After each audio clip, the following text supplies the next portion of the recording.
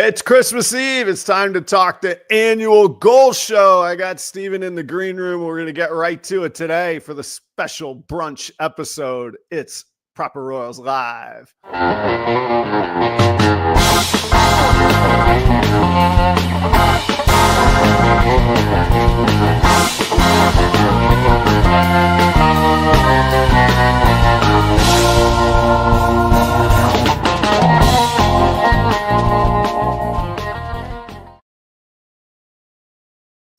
What's happening, all you reindeers, Grinches, elves, Santas, Mrs. Clauses? Thanks for being here if you're hanging out live. Steven, what's going on, man? What's going on, man? You having all the fun, and Merry Christmas Eve. Merry Christmas Eve. And this is a cool year. If, as I understand it, I might have messed up my facts, so apologize in advance if I did. I think the first day of Hanukkah is Christmas Day this year too. So all the stars align, everybody's celebrating all kinds of stuff. Like tomorrow's going to be a jolly day. So, and it's already been a busy morning. I like things in order and in a schedule. So when I have a new schedule, that screws things up. So I realized after I cut the reel for last night and talked to you about the show that I had done none of the StreamYard, YouTube, thumbnail planning. So I got up early to do that. And then I realized that I booked the snake delivery at the same time as I booked the show because I didn't think I was doing the show because it's not Tuesday night at 8:00 on the East Coast. And anyway, but we're here. We made it, and you are far more organized than I am as usual, and you were on time waiting for me as I rushed in at the last second. So thanks for being here, man. Well, thank you. Thank you. And I mean, congrats on snake sale on Christmas Eve too. That's some kind of grind right there. Do the grind, man. That's it. At deep in my heart as a small child, even, I'm a fisherman. I love fishing. You just throw the bait out there. You try it different ways. Sometimes you twitch it when you reel it in. Sometimes you bob it off the bottom. Sometimes you just float it from a bobber. But you just try different things. And actually, that came from a local Facebook ad that I did this week. And so the ad paid for itself. Got a new local customer.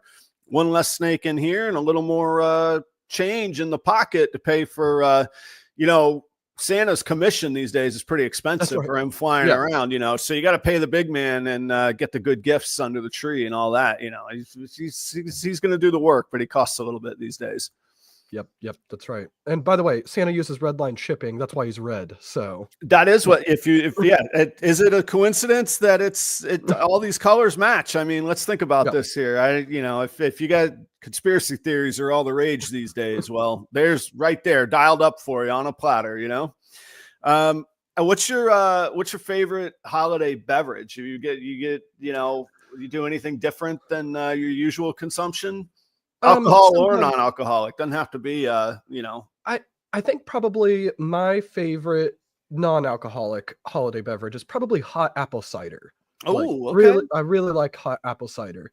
You do the the cinnamon stick in it and some nutmeg and stuff, or you purist just the I'm all down for that, but now I need to try it. I need to try with the cinnamon stick and nutmeg in it. Yeah. Right. But no, I love hot apple cider. And then alcoholic, I still probably would go with the old fashioned, but that's not what I'm drinking right now. I just got a Angry Orchard. So you're already on Angry Orchard? You're on Christmas Eve Angry Orchard already? Oh yeah.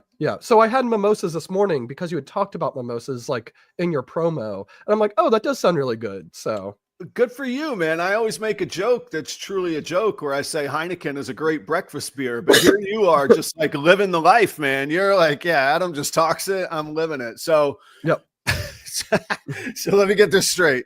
You're not feeling hot and you're like, Christmas Eve, screw it. I'm going to jump right in. And I think you used the word mimosa with an S on the end. So plural mimosas and now chasing it with an Angry Orchard. Yep, 9, and this is my 6th Angry Orchard. Talk about goals, man. Life goals right there. I'm done. The episode's over. There's my goals. I gotta go. I thought I was bringing it by just I made like a eggnog latte. So I got like half a cup of eggnog and then I top it up with coffee. That sounds really good. Yeah, well, mostly because I want an excuse to have eggnog, and I'm not going to waste coffee. That's just not my thing. So, but maybe I neglected the whiskey, and I don't know. I have not started yet, but I will catch up. I'll catch up later today. I promise you. Sounds good. Sounds good. So, I'm trying to think. When was the? Somebody made a comment about the thumbnail picture that you looked like you were ready for a fight. It's just my favorite picture from the year from the thumbnail, and I just snagged it from our Big Lie episode, which really was actually a hit. If we were going to do a little year recap, that was the statistics and the metrics say it was a good episode, and I personally felt it was a good episode as well, man. I thought that was a fun one. Oh yeah, no, I think that was super fun. I also really like the setup of doing a debate where we each have our own sides, but the audience decides who wins through their super chats. So I felt like that was super fun. Like, I mean, yeah, I'm not gonna. We can host that on this channel anytime. Like, even if you just want to do it with somebody else, we can do it right here on this channel. I'm down with it. We'll let YouTube take their cut. It's good. It was great. I'll shtick aside, staying creative that way and the creativity that you bring when we do collaborate and all the collaborations you do and your own branding, it's fantastic. There's a reason that I invite you back and that we hang out, and I don't know why you put up with me, but you do, and I very much appreciate it. So thanks for being here, man. Yeah, thank you for having me. It's always a blast, and I love talking to you and just hanging out and whatnot. So I feel that by the time that I feel like that we hung out in Daytona, but I feel like that we never really went to very many shows together until you moved to Minnesota. And then it was like, I had to get farther away for us to hang out more, right? Yeah. I think it really struck me, and some of this gets into like humble brag territory. I get it. So bear with me, audience. But this is the 4th year that you and I are doing a goals show. Like, it's crazy. I'm so happy. I'm so thankful. And I appreciate that. I've always felt like you've pushed me and challenged me. And I don't think purposely, like just as like a colleague and somebody that I see as, or I want to see as a peer, or that started at a similar time. And we took our own paths, and here we are doing a 4th year of goals show. Now, we might have missed all of our goals. We might just be doing this as we're going down in flames, but we are here. We're not letting the flames get us. And I'm really thankful for that. And I appreciate that. So A, I think it's cool that we lasted this long, and B, here we are still doing it together too. Hell yeah. Also, real quick, before we jump into the thick of this, my headphones just said that they have low battery, so I'm going to jump over and grab some wired ones and plug them in real quick. So I'll be right back. Very smart. You do that, and I'm going to take care of the audience for just a minute. Guys, I really appreciate all the support this year. I always I mean it seriously, and I say it tongue in cheek, but I mean it seriously. If it's not for you guys interacting, the show I may as well just do like episodes that I post on YouTube. So I really appreciate the audience support. I genuinely feel like it's a community, and that fulfillment and the opportunity to learn from you all connect with each other. That's really all that I just want to make like a fertile farmland of business community for people. And, anyway, thank you very much is what I'm trying to say. And yeah, 4 years later, here you guys are as well. So thanks very much. Steven, we are back. How was your year overall? What, like, if you were to give like a non fact-based grade to yourself, just total gut feeling, how was your year? What do you give yourself for a grade? And you're not a jerk if you give yourself an A. If you worked hard and you earned an A, you can give yourself an A. What was your year and satisfaction level like from a grading standpoint? I apologize. I could not hear you. I just got the stuff working. I just did it from here, so you're gonna have to repeat that. I'm sorry, Adam. Okay. Well, I was going to ask you to grade your year and how your year went, but now you have to give yourself whatever it was going to be. You have to stick a minus on it now because you just got a little deduction on the, you were on the cusp there. No, how was your year? Was it, it's hard to be objective on those questions, but you don't have to be scientific with the evidence. Just overall, what was your feeling, your satisfaction level? How did you do? I would say overall, I would probably put it at like a B maybe a B minus or so. I think it was a good year, but it wasn't like, and we'll talk about it in like some of these goals. Odds crushed us like this year. Okay. Like, All right. terrible odds on actual like breeding, where we did make progress, but like we could have done way better. And like we got some rough odds on some key clutches. Like, did you by chance, did you have time or did you no expectations? Cause it's obviously my logo's at the top. Did you have a chance to review last year's show? Yep, I did that. I got all my ones from last year that I said I was going to do. I know what that, and I have goals written for 2025. Ah, good job. Always bringing the pre-show prep, the thunder on that. What, something that struck me, I was watching it last night, and I too made my notes of last year, you and me, and then my new goals this year. Something that struck me was how fast it feels like this year went by. I remember when I first started, it seemed like an absolute eternity, telling me that, oh, I got to wait, 2 years before I could do anything with this hatchling. Just felt like I was in a straitjacket, just fidgeting for years. And now it's like, I don't have time in the year to get to everything I want to do because a year isn't long enough. And that's a new sensation that really kind of struck me last night when I was rewatching the episode. Yeah, I also like watching it. I was like, man, it doesn't feel like it's been a year since we did that. And there was a couple things where it was like I had my sights set on really certain things, and then watching it back, it felt foreign. Like, oh, I forgot all about that. I didn't even turns out this year went down a different path, and it not in a bad way, in a fine way. So I still have unfinished work from 2024, which will bleed into 2025. But the other thing I noticed is that these episodes take a little bit of time if we screw around with the banter for very long. So you want to jump into it? How about I tee you up on some of your goals from last year, and you talk us through what went on. All right, let's do it. Okay, cool. So a quick recap, and then we could kind of pick them apart. You, for your honorable mention, you wanted to kind of rededicate yourself to grinding on Instagram. You felt that your first couple years were really outstanding results, and then I don't want to use the word complacent, but you felt like other things were taking your attention, and maybe you weren't dedicating as much time specifically to Instagram. So that was the honorable mention one. You, number 5, you had said you wanted to be self-sufficient on rodents, and you put a little bit of a definition to that. You were going to get a shed, ARS racks. I'm curious to know how that went. You had a pretty exciting dinker project at the time that I think is, we got to talk about that. And also you had some lofty goals when it came to double visuals, either in Sunset Clown or Sunset Ultramel. You were going to host a get together. That was goal number 3. Number 2 was to film a mini series, as if anybody needed more goals on top of what you were like, what, screw it. Let's do a mini series. But you framed it in a pretty attainable way. You said if you could film 4 episodes in a year, 1 per quarter, then you thought that was attainable.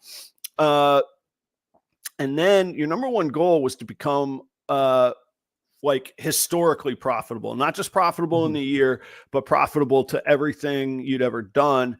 And the swag number was that you needed to net around 40,000 this year. And you felt like you needed to do around 75,000 gross this year, gross sales, to be able to recoup that last 40 grand to be historically in the black. So how'd you do? Talk to us about the grind on Instagram. All right, grinding on Instagram. This was the way that we meant it, which was doing outreach to people who weren't following us beforehand to like grow our base on Instagram. Complete failure. Like we may have done it. We may have done it like a handful of times throughout the year, but I think I wanted to do it every single week, like dedicated a weekly like grind essentially to like do outreach. We're still very, very active on Instagram, but almost all of our activity on Instagram recently has been in like group chats.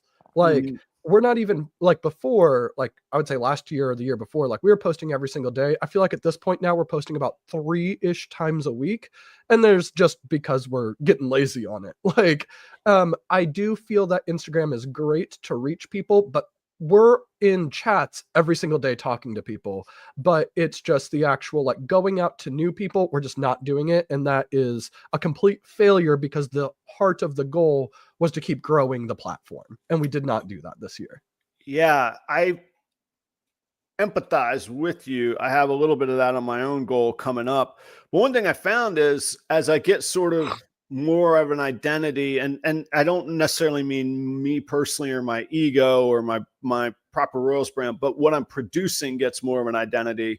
I find that I'm a little more specialized in where I'm targeting messaging. So yeah, group chats, Patreon, repeat customers that I can just reach right out to. And a lot of that takes away from the focus of that initial urgency to grow as fast as you can when it comes to followers and audience. And so I do empathize with that. Like I say, I'll get into that a little bit on my goal. So, okay. So 0 for 1 on the honorable mention. What about the rodent self-sufficiency? All right, so rodent self-sufficiency we did do. Like we did put up a shed, another shed. We did get 2 ARS like 5032s, I think they are. And then we have a freedom breeder rodent rack, and then we have a DIY rodent rack. But we are at rodent self-sufficiency, which is amazing. So good. Like, yeah, congratulations. And I didn't hear much about that this year. When I saw that goal when I was watching last night, I was like, I don't know if he did it. I don't even know if that went by the wayside. Like if you even went after it. So you did, and you by whatever metrics you set, that you're at that goal. You're pleased with it. Yeah. We 100% are at rodent self-sufficiency. Like maybe randomly we might be like, oh man, we need a 20 of a random size, and we might pick them up. But we have the rodents. It's just they might not be at the right size. But I would say we are completely self-sufficient right now. And one extra thing, which wasn't part of that goal, but huge help on it.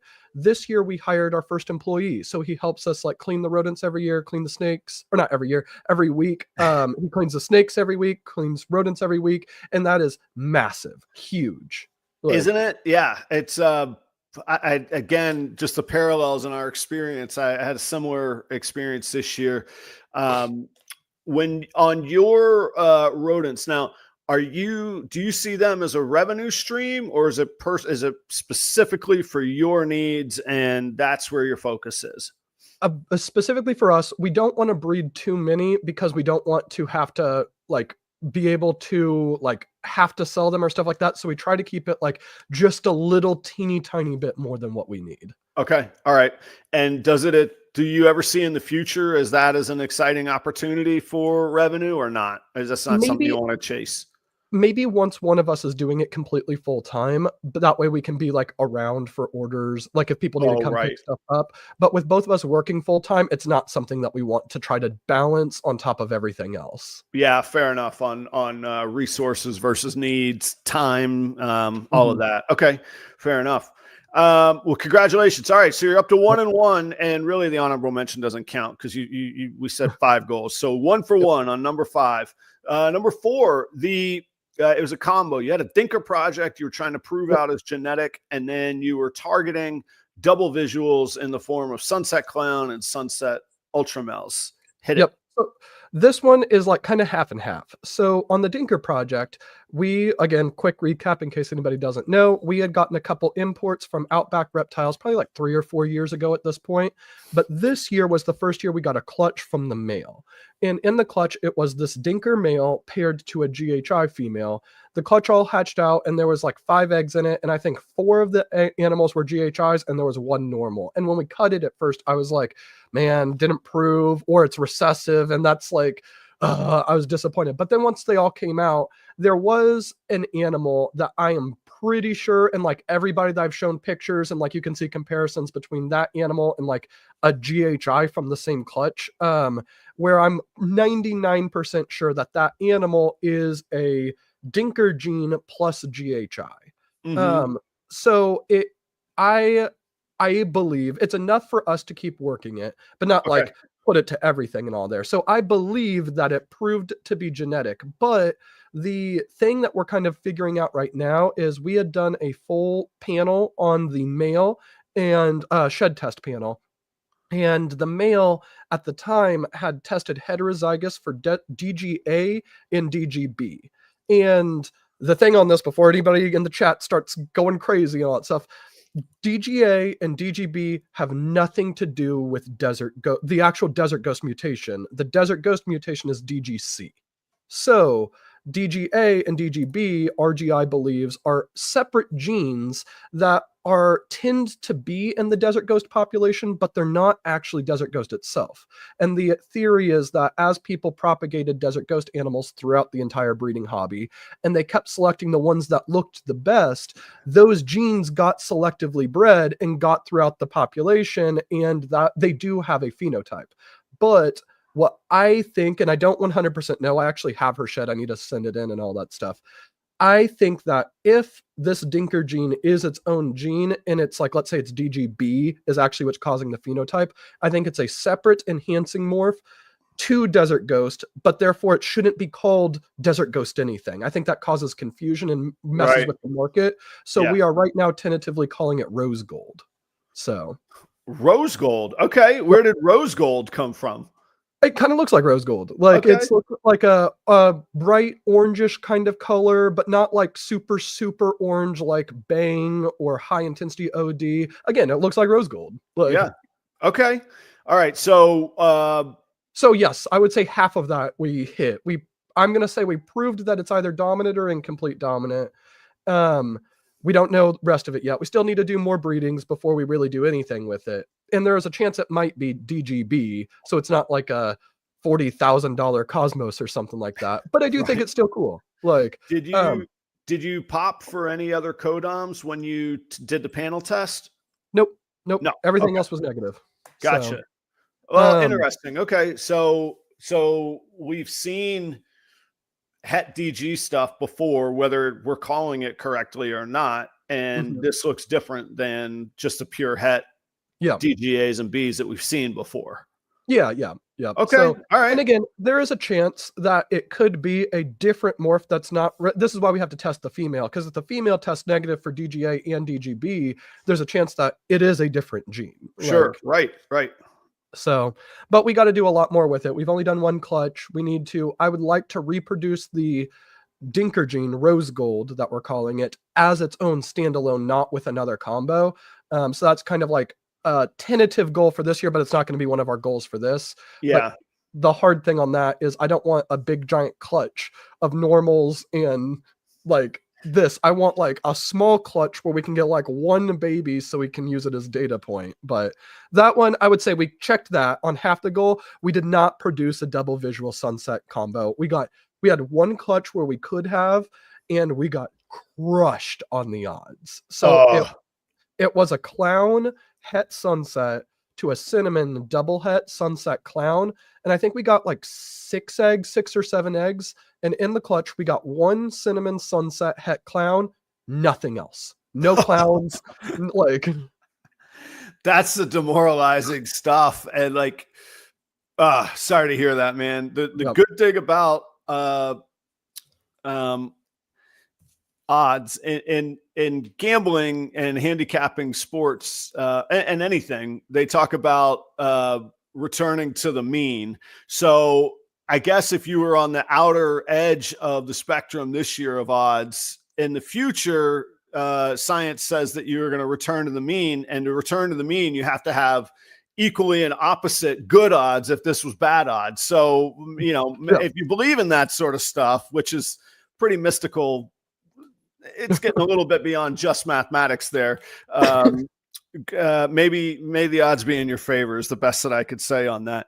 Going back to your Dinker project, philosophically, what excites you the most about it? Is it just the process of identifying a new gene? Is it because what you're seeing looks so badass you think it can change the world? Is it a little bit of both, or is it just a process that you enjoy? Is it a little niche that's just fulfilling for you? How do you see all that? I think that when we first got them, we were like everybody, like this was like 2020 or 2021 when we bought them. We were caught up in that COVID craze and Oh yeah. everybody was buying stuff and everything was going like super, super fast. And the idea of finding a new morph was really, really cool. And we bought them at that point in time. And I think that as we have matured, it's not as exciting anymore. In fact, I would probably never do it again. Mainly because there's such a huge risk on not just business stuff, but bringing in imports. It's the biosecurity of that stuff isn't something I probably would do with more experience. Right. But they're fine and all that stuff. Like we've had them for years now and everything. But overall, I think it's something that we were excited about when we very first got in. I do think they look cool. And if they prove out to be a new gene, fantastic. Right. But at this point now, it's more of like, well, we have them. We might as well see it through. Yeah. And then, but we're not as like attached to them in terms of like, this is the one thing that's right. going to change. Yeah. This is what we're going to know. Yeah. I wrestle with that sometimes because it's an exciting thing. And a lot of people talk about it. We all hear there's something else going on. I got this going on. And sometimes I just ask myself, like, to what end? If you have to spend 5 minutes explaining what you see, is it worthwhile to pursue when we know literally there's probably millions of little micro nuance genes that we could set out to isolate, but to what end? And I remember that snake as a hatchling or as a juvenile when you got it. I'm not sure exactly the size that it was when you got it. And it is a striking snake. It's a good looking snake. So I'm not saying that about the one that you have, but sometimes, I've had conversations with people and they're like, well, this pattern right here, I've proven that genetic. And I'm like, I don't know that a dip in the curve is something that's going to in that pattern is going to change my world, or that I want to dedicate the next 8 years of my life to. And I always find it an interesting conversation because people find fulfillment in different things, and that's cool if they do, So anyway, thanks for humoring me on that. So no double visuals on the Sunset project this year. Mm-hmm. Okay. Yep. No double visuals. We again still have none of the other animals that could have made double visuals went. So it was this upcoming season, 2025, we have 3 double het sunset ultra male girls they've all been breeding for a bit now. And I believe it's probably been a month. I need to go ultrasound them, but I think 2 of them are like 25 millimeters. So probably nice. Earlier into 2025, we'll have some shots at sunset ultramales, and they have been paired to either a bongo triple het sunset ultramale hypo or a normal double het sunset ultramale. Okay. And forgive me that I'm not up on it. Have we seen an ultramale sunset before anywhere in the hobby? Yeah, they're really, really cool. They are honestly, they're probably one of my favorite snake combos ever. Most people who are like don't like sunset, they see the sunset ultramale and they're like, okay, I'm back on board. Yeah, because one of the reasons why is that the sunset ultramales as babies to adults exactly the same. There's no change in color. Because ultramale doesn't change. Yeah, because ultramale doesn't change as a baby to an adult. It's exactly the same. It's just they're bigger. Well, and that's always the big knock on ball pythons in general is how they age. Has anybody, I'm sure this is getting a little bit crazy, but has anybody put any like hypo or DG on top of that to really try and accentuate some of the contrast? Not yet. I believe Gavin from Balls to You is the only person to have hit a combo sunset ultramale, and he just hit it. And I think it's like an OD inchy sunset ultramale that he just posted like 2 days ago. Oh, really going for the oranges, huh? Yeah. But he's the only one. There's been a couple people who've made sunset ultramales, and maybe like 3 to 5 in the world. They're beautiful animals. Yeah, I like it. I had some good luck. Whatever odds you missed on, I got on my ultramale genes. The ultramale, universe world just swung my way. I guess there's the circle of fortune. But yeah, I'm really loving ultramale combos and the opportunities in that project. So we'll talk more about that. All right, good luck this year on that one. I'm going to give an overall push or a push negative on that one. It's a little bit tough. All right. Number 3, have a get together. Now, I think you were a little more specific. You wanted it sort of brand centric. You wanted it a little bit more than just a hangout, like a bit of an event. So talk to me about that. Yeah. So I've for like years been wanted to do like essentially like a breeder summit where it's like a bunch of people get together and do like a like talks and conference type thing and not about selling animals. And we didn't do that this year, but we did do a get together and we did it through the Patreon. So we had a Patreon meetup at Daytona this year and it was super, super fun. It was a great time. There was probably about roughly 40 to 50 people there and it was just a blast. So good for you. What did that look like? Was there sort of a private-ish feel to it? How'd you arrange it? What'd you do? Yep. So we got a hold of like a pizza place and they had like a party, I'm going to say a room, but it really was like a separate building that we rented out. And then we had everybody meet up there. And then they had like a pizza buffet for us. And we just all hung out and ate and had drinks and stuff like that. So it was a great time. But there was, we ended up doing it combined with our Patreon and Bob Vu. So that way it's like a bunch of his people were there too. And we were all just having a great time. Very cool. Very cool. Did you, I know knowing you did it the right way, but I had an experience one time running a restaurant and we had this like Philadelphia Eagles group in Jacksonville and they're kind of known around town. Anyway, they called me up and they're like, hey, we want to give you a heads up that we're coming to your bar this weekend for the game. And I was like, I don't know that we need 120 screaming Eagles fans in here. And the guy was like, hey, I'm just telling you nicely, we're going to be there. So have fun, be ready or don't, but we'll either have 120 happy Eagles fans or 120 pissed off ones. And I was like, this is the most demeaning crap I've ever dealt with. But I'm like a little like evil part of Adam has always wanted to play that game. Be like, call up, like, hey, there's 100 of us showing up. Yeah, don't tell us not to show up. We're coming either way. So why don't you get some staff in there and take our money happily?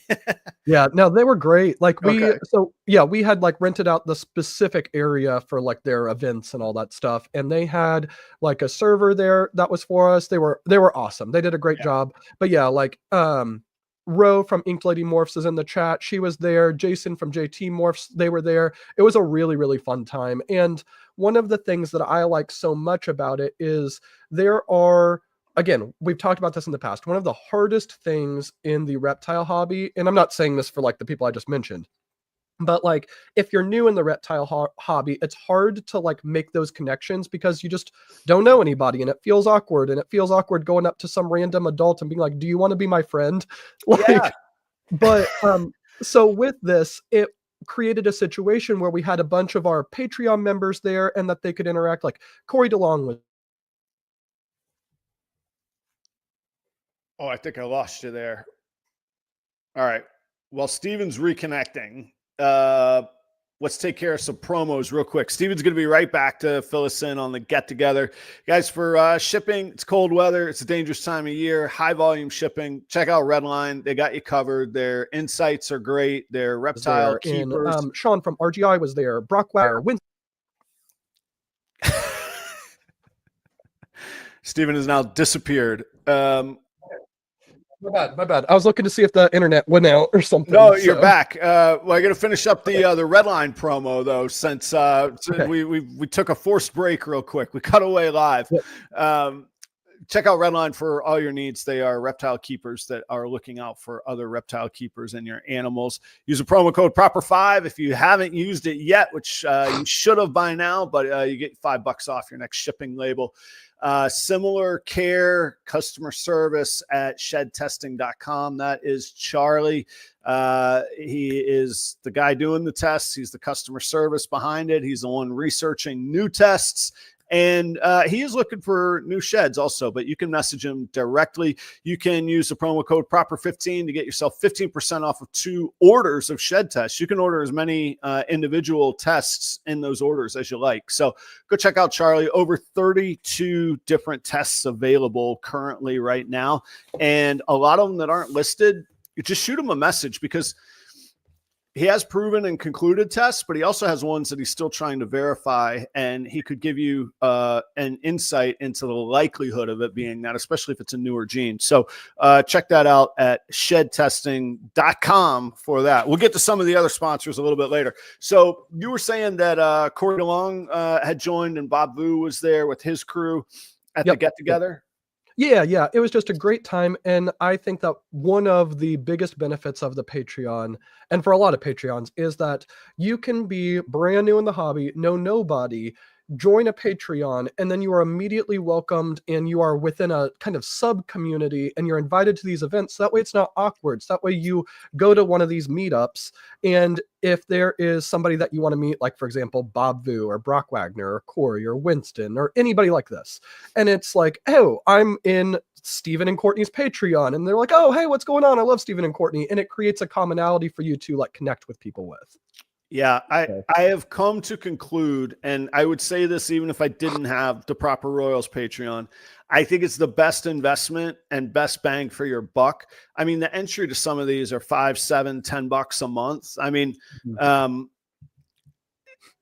it's a no-brainer for everything that you're talking about. I mean, for under $100 a year, you could interact with some of the most active members of our industry, of our hobby. Excuse me. Man, sometimes there's nothing you can do about that. Excuse me. And those are the exciting, empowering, encouraging people that are going to keep you going too. Like if you feel down, you can mention that. If you want to know about what people's experience with an ultrasound is, or how to deal with a customer, or, hey, Stephen, I was messaging somebody in the Proper Royals Patreon. They had gone through the inspection process and permitting process of getting a building added outside. That's new to me. And it doesn't even necessarily have anything to do with snakes, but it was something that we needed within the business and within the industry. And all of these people have experience outside of. One of the things I love about this industry is that almost none of us went to school or grew up thinking we'd be snake breeders. So we're all experts in these other areas that we can bring as well. And Patreons give you a ready access to that. And it's such a value for what the cost is. And you can go up from there. There's more expensive offerings at different tiers, but the value of just getting in the door is fantastic, I think. Yep. I completely agree. And again, I know we're biased because we have our own Patreon, but there's plenty of amazing ones, whether it's yours, Shane's. I really like Chris's. There's so many amazing Patreons that I think there's just a ton of value that people can get from them. But I think so too. Go ahead. That was our goal number 3, was have a meetup, and we did it through that. So I 100%. I was very proud of that one. Successful goal. Congratulations on that. And a business philosophy that's always worked for me is A, you got to have a good product and you got to have good customer service. But B, if you could build a community around your product, it's going to work so much better. It's going to be a slam dunk. You're going to build in loyalty, brand excitement, trust, all of that. And you're going to have what I call evangelists that are telling other people about your product. And those are the best kind of consumers and customers. And all of that comes with building a community, man. So nice job on that. And I think you don't need marketing lectures from me, but I love that idea. And I love that outlook on how to build a brand. That's what's worked for me. Look at Herpen Harbin spreading the love there. Right. Is the voting over? Are we done? Where are we at on 15 Minutes of Lame? Could people still get in today? Public votes are still open. They close tonight at midnight. So if you guys want to vote, this is your last day for it. That said, all of the judges have already put in their votes. And again, I don't know. Like other years, I've been aware of like what's going to happen. I don't know who's going to win. In fact, I think this is probably going to be the closest year it's ever been. Wow. That's good. And it's particularly good for the audience. Some of the contestants might not want to hear that it's still close, you know? Oh, I don't even know who's going to win. So I'm like, I'm going to be tuning in. I'm be like, what's up? Like, and that's announced tomorrow, Christmas Day. Yep. Is that correct? Yep. Tomorrow at noon, Snakes or Fat Man Nation. Yeah, Fat Man Nation on YouTube. Fat men delivering gifts all over the place tomorrow. You know, left, right, and center, down the chimney, through YouTube. There's just fat men everywhere delivering gifts, man. I love it. All right. Well, good luck to all the contestants. Nice job participating. Those of y'all that stayed active and engaged through the competition. You deserve all the recognition. And you're going to, I know you're going to see a return on that investment with the growth of your brand. Seriously. Oh, yeah. So congratulations on that. Yeah, completely agree. Regardless on whether or not they win or not, this year has been my favorite year of the 50 Minutes of Lame, period. Also, real quick, we are at 55 people in the chat on Christmas Eve. You guys are killing it. It is 11:41. You guys are awesome. They're all as drunk as you are, Steven. We've got them fooled today. That's what Come on, chat. Join me. Join me. Here we go. I know. I have to admit, I'm a little bit jealous. But the other thing I'm finding, I just pulled out my Santa hat today, and I should have given it a trip through the dryer. I think a year of dust is setting off my allergies, which is just what people want to envision. Oh, properroyals in this dust-filled home. All right, number 2, filming your miniseries. Did you get 4 episodes filmed? I know you've been busting your ass on this thing. Yep. So we did a ton of filming this year. So we filmed with Corey DeLong in February. We did Bob Vu in March. We did I'm trying to think. Nick and Troy in April. Is that when they did the Spring All-American? Yes, sir. Yep. Okay, yep. So April we did with them. We did with Will of RCR and with Billy of Mutation Creation when we went up to Canada, and we did Brock Wagner in November. So we did 6. We filmed 6 different things. We've put out 2 so far. So where are those coming out? They're on your YouTube channel? Yep. We've only put out 2. And at first we were going to do it where we waited till we finished all of them and then put them out one week after another. But we changed at least the first ones where we wanted them to coincide with like a big reptile event. So we put Corey's out right before Daytona, and we put the All-American out right before the All-American Charlotte. And then we got hit by a hurricane because we were going to put Bob's out right before Tinley in the fall, but we got hit by the hurricane and we didn't have power and I couldn't edit anything. So now we're probably going to try to aim for Bob's probably before his February SCRE. Gotcha. That's a good timing on it. It's kind of nice to have those sort of in your back pocket that you could drop as the appropriate timing hits. Okay, so first off, congratulations. This is no small undertaking, and anybody that knows you when it comes to filming and production, there's no shortcuts. This isn't just Steven with a selfie stick running his mouth for an hour. That's not the case. Those words don't even compute together. Do you own a selfie stick? Kinda, yeah. Oh, you do? Okay. It's not like a big long one, but it's like one if I wanted to do a handheld vlog stuff. Yeah. Okay. All right. I did not have that on my Steven bingo sheet, but hey, they're full of surprises here today. Where does it go in the future? Are you going to keep this going? Is there an end game? Is there a cap, or is this something that can organically exist into the future? So I really like doing these like highly, I'm doing this like from a like small kind of thing. I'm not saying like production house kind of thing, but like highly produced documentary style videos. I like doing them focused on people because I like the idea of having like a character and kind of figuring it out. Sure. But I really like the idea of there being like a story. So for the very first one we did, which was 15 minutes that we did on the 15 Minutes of Lame contest, the story was Courtney and I going to the point of us winning it our year.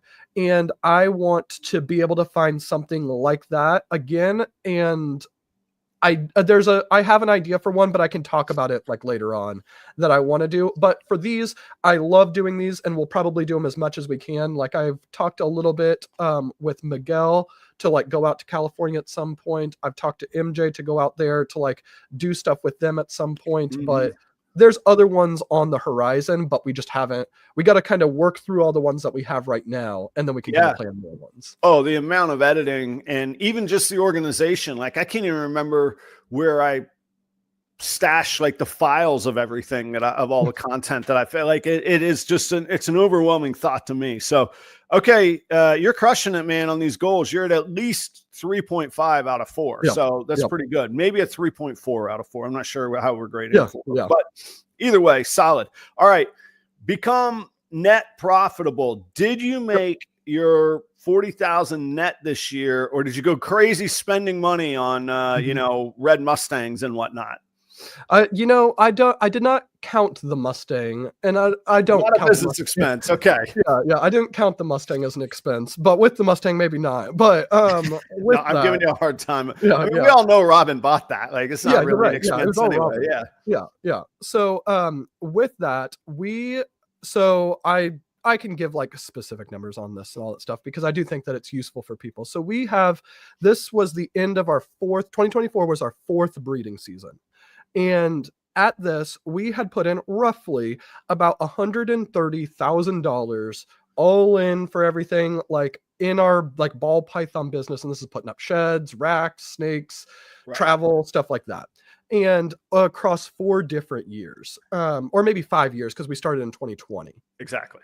And with this, as of like 2 days ago, when I checked it on everything, we've gotten back 134,000. Oh, so you're like a thousand over, a couple thousand over? Yeah. So we are $4,000 profitable overall. Boom. Nice job. If you care to share, which you don't have to, I'll share mine here in a moment.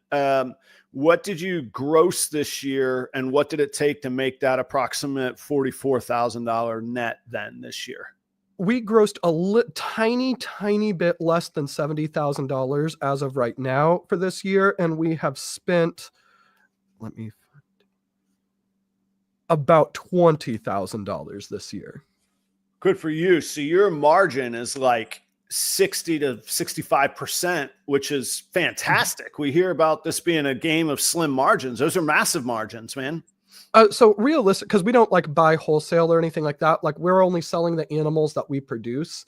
So we're truly like, because when I say like we spend 20,000, that's not, we didn't even have to do that. That's like buying $10,000 worth of snakes at Tinley, and like a couple $1,000 here, a couple $1,000 there, putting up the shed, stuff like that. Like, realistically, we spend about $300 a month or so on rodent food, and then we breed all of our own rodents. So then that covers everything else. So, yeah.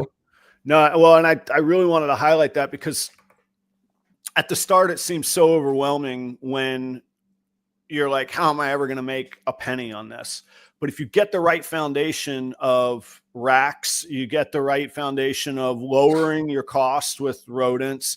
Like you say, you're not buying wholesale. And if you're not if you're now working the projects that you have versus making, I say wild investments, they're not wild, but they're expensive investments. If you're not making those expensive investments after the first few years, or as many of them, then like you say, then it becomes a little bit self-sustaining where most of the revenue falls down to the bottom line.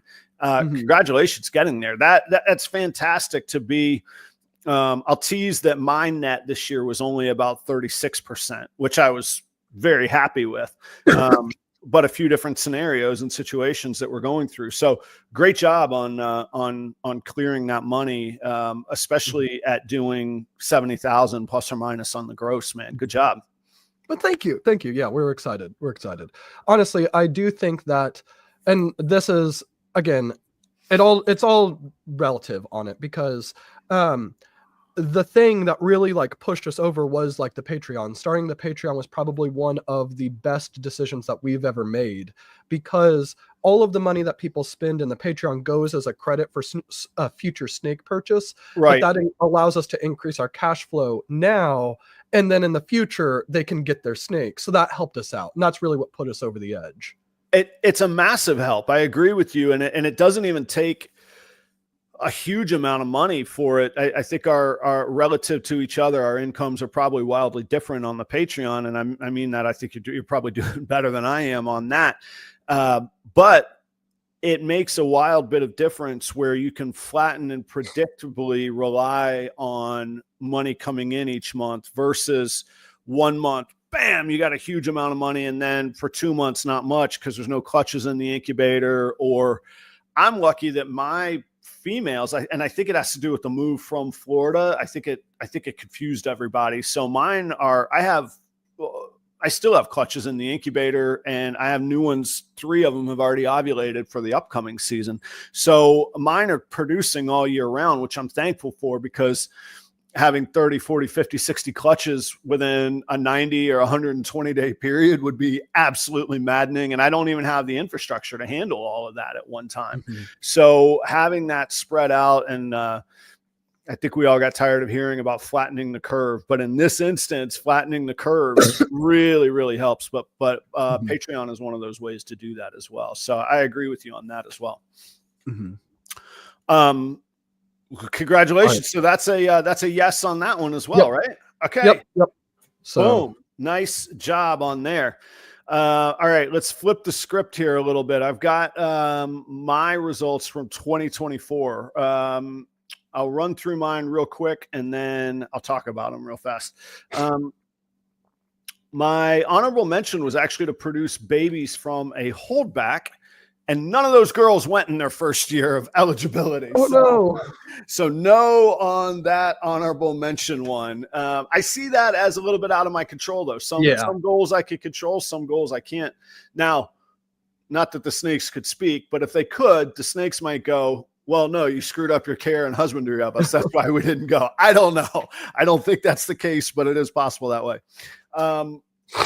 My number 5 goal, and I've got to look here on my other trusty spreadsheet over here. My number 5 goal was to have a profitable ASF operation. And I felt that I needed to gross about $10,000 on rodent sales for that to be the case. I grossed right at 8,000 in revenue, and I'll probably do another, I don't know, $200-300 before in the next week on rodents. So just short of that goal. But as far as profitability, a couple ways to look at it. So 8,000 on rodent revenue. My rodent equipment, food, and supplies purchases for this year, and that includes investments. I just bought another rack that hasn't even arrived yet, so I have purchased that. I spent $7,100 on my rodent stuff this year. So in that way, it was profitable, and I'm still expanding for the future. Now, the downside is I still spent $3,000 this year on feeders. So how do we look at it? As its own standalone business? Sure. As a net benefit to me, I'm still in the red. So I'm actually going to give myself a not successful on that specifically, but I have a good proof of concept for my rodent business, and I'm still turning down customers. I've got to get into my new facility and expand. And like I say, I've already purchased it. It's happening. So I'm excited for that. I do think that will come through next year, but I'm happy with the growth. I'm happy with where I'm at. And I guess the third wrinkle in it is relative to last year, I spent $8,000 on feeders. Oh yeah. Yeah. So I moved the needle $5,000 in the right direction. So take all of that however anybody wants with all that context, but it's a vast improvement over last year, and the future's bright on that. Oddly enough, we talked about Patreon last year, and I think you started yours after the gold show last year. Mine, I think it was March. Yeah, okay. So mine had just started. It seems like a low goal, but I did a great job on it. If that was the goal, my goal was to increase the Patreon members to 20. And I have currently 25 paid members, and only 3 people have fallen off of any paid tiers. There's like 70 free members. And I don't mean this in a snide way. I don't know why. There's no benefit from the free. You get no access if you're free. For the low price of $7 a month, you can get in the door though.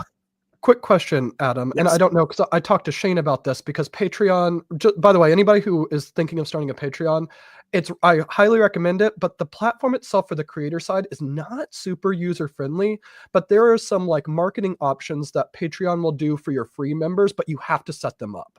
where it will offer like your free members like half off for a month or two to try it out, stuff like that. Like, yeah, it'll do a dynamic, bonus offering. I don't think I've converted any through those. I do have it turned on. I have it turned on, and I have it like you can like set it like do A, do B, or just let Patreon do whatever it wants. And I even checked, hey, just do whatever you want. Do whatever it takes to get them in the game. I don't see it convert. Okay. But that's only been my experience. So maybe Patreon's algorithm is like, yeah, well, you suck anyway. I don't know.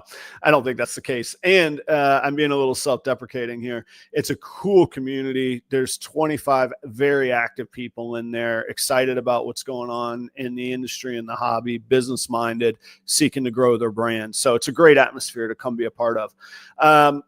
My goal was also social media related, was to get my YouTube up to 4,000 people, subscribers.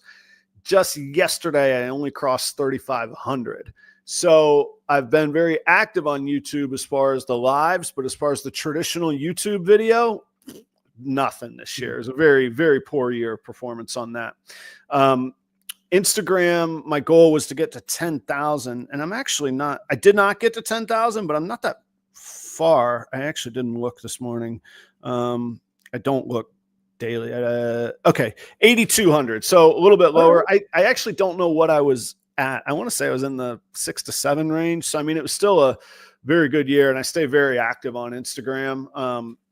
Although, to your point earlier, not as active with all of sort of the growth and interaction hacks that we all talk about, and just the simple, it works if you work it. Like you say, if I look, oh, I'm not gaining that much. Oh, I've been posting 3 times a week instead of 14 times a week.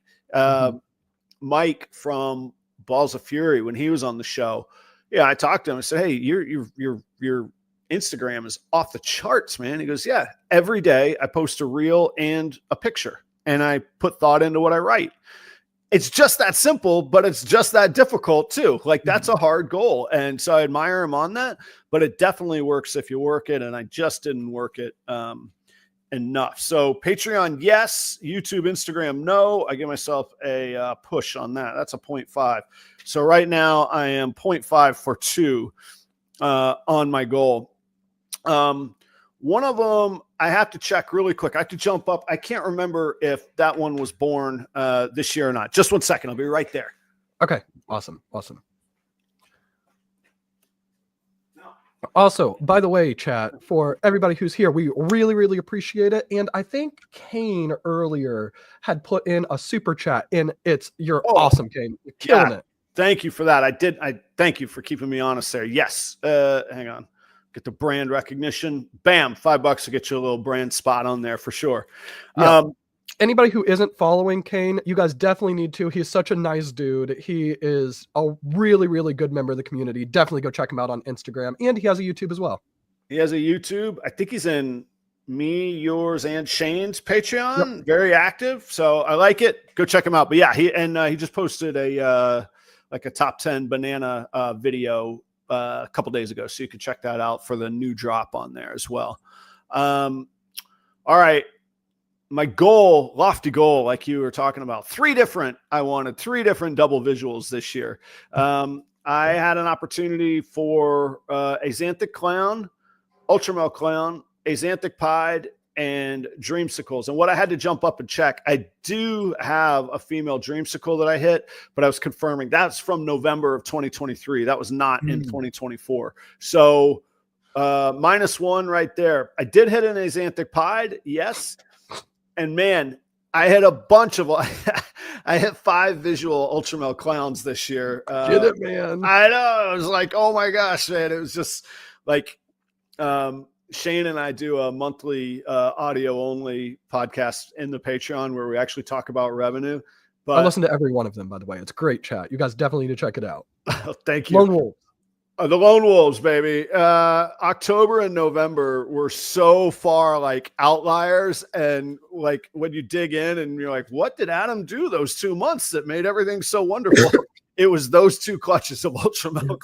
The odds like just rain, like thank God, like it was just one of the, I think I even joked in one of the videos, I was like, I feel like I should give a speech about how all the hard work actually does pay off, like those ultra metal clowns made my year. So I hit 2 double visuals, or 2 types of double visuals, not 3, which is what I wanted, but I'm incredibly happy with the results. So technically, did I hit that goal? No, but I don't care. That was a victory in my opinion. I'm giving myself a little bit of credit on that. My number 2 goal, which I've already addressed, was to do 1 traditional YouTube video per month, which doesn't sound like a big deal. I talked a lot about it. As I learn more on YouTube and I get better in my chops on editing and I get better knowing the camera and I get better with my knowledge and I don't know if you call it expertise yet, but my experience, I find that the videos get longer and more in depth, and it's almost sort of my brand, and they get longer and more difficult to edit. They take a lot of time, and you start choosing where you're going to get the best return on your investment. And what people don't know outside of the Patreon is that I work weekly to put out really strong content in the Patreon. If people are paying for it, I want to apply myself there. It's not to say that I'm too good for YouTube. It's a matter of the time and what it takes to free up the time. Now, all of those are explanations. Some people might say excuses, but we see the difference in results. I missed my YouTube goal of 500 subscribers. I'm not taking for granted the 35 I have, because that is a hard fought victory on 3,500. On the other hand, it is an area that I wish I could be better at. I don't have the resources to hire an editor or hire a social media person. I'm still bootstrapping this thing. I brought on Perry this year from Soda Balls. He helps with the rodents and with cleaning in the facility here, which is phenomenal. But we all understand that finding good help is can be very expensive. And frankly, he does a lot of work and exceeds the value that I pay him on it from a money standpoint.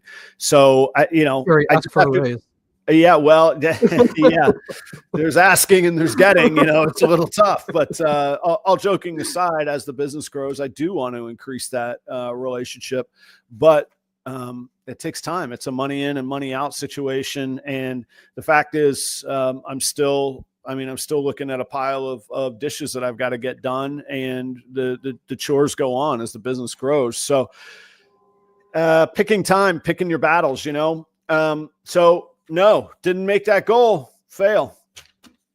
Number 1, and to me, the most important goal, which I don't want to be, I don't want to write off other goals, but if I could be 1 for 5, I'll take this 1 for 5. All right. My goal was that I was going to gross $74,000 this year. Those of y'all unfamiliar, gross means just the money coming in, not what's left over. That's before any expenses. My goal was to gross $74,000 in revenue. I am thankful, proud, appreciative, all of those good words to say. As of this morning, with the latest delivery, I have grossed $91,898 in revenue this year. Yeah. Thank you very much. That is snake revenue, rodent revenue, brand revenue, dry goods. That's it. Those are the revenue categories. So it's all of it mixed together. It's all those revenue streams. So that includes advertising, YouTube, Patreon, Google, super chats, snake revenue, all of that. 91,000. Let me see here. Oh yeah. Okay. So the goal was to do 58,000 in snake revenue. I actually did 65,000. Merch and brand revenue, I was aiming to do 5,000, and that was really big this year. I did 14,000 on that, which has no expenses. That all trickles down. The camera's paid for. The rest of it's just my time. And rodents, I wanted to do 10,000. As I said, I only got to 8,000 on that. Hey, Adam, you do almost 92,000. What do you make on that? As of this morning, I'll have a little bit of expenses. I'll have a little bit more revenue. So it's about a push. It's pretty much what this is going to end at. a net income of $30,882 this year on 91. And that translates to almost a perfect 1/3, 33.31% dropping to the bottom. So a lot of that's discretionary though. So do you buy new racks? Do I buy it in December so that I get the deductions this year? Or do I wait till January 1st and I have a higher profit margin? Some of that just falls into taxation and whatnot, but that's about where it's going to land. And actually, there's only one more week in the year at this point. I don't plan any more expenses. So it doesn't seem real to say those numbers out loud. To be honest, Stephen, when you and I first met, I think I had 11 or 13 snakes. I had a PVC bookshelf that I built myself and kind of hacked together a rack. I moved to Minnesota unexpectedly, somewhat unexpectedly, 15 months ago. Thanks. I just say thanks to everybody that's helped along the way. So none of that's taken for granted. And any local market people watching, thank you as well. Minnesota's been a great place to do business as well. I've been really, really, really thankfully pleased here. So that one is a big check mark. Yes, I did it both exceeding revenue and exceeding the net. My budgeted net was 29,000. So I exceeded the net by a couple thousand as well. Awesome. Hell yeah. You killed it, man.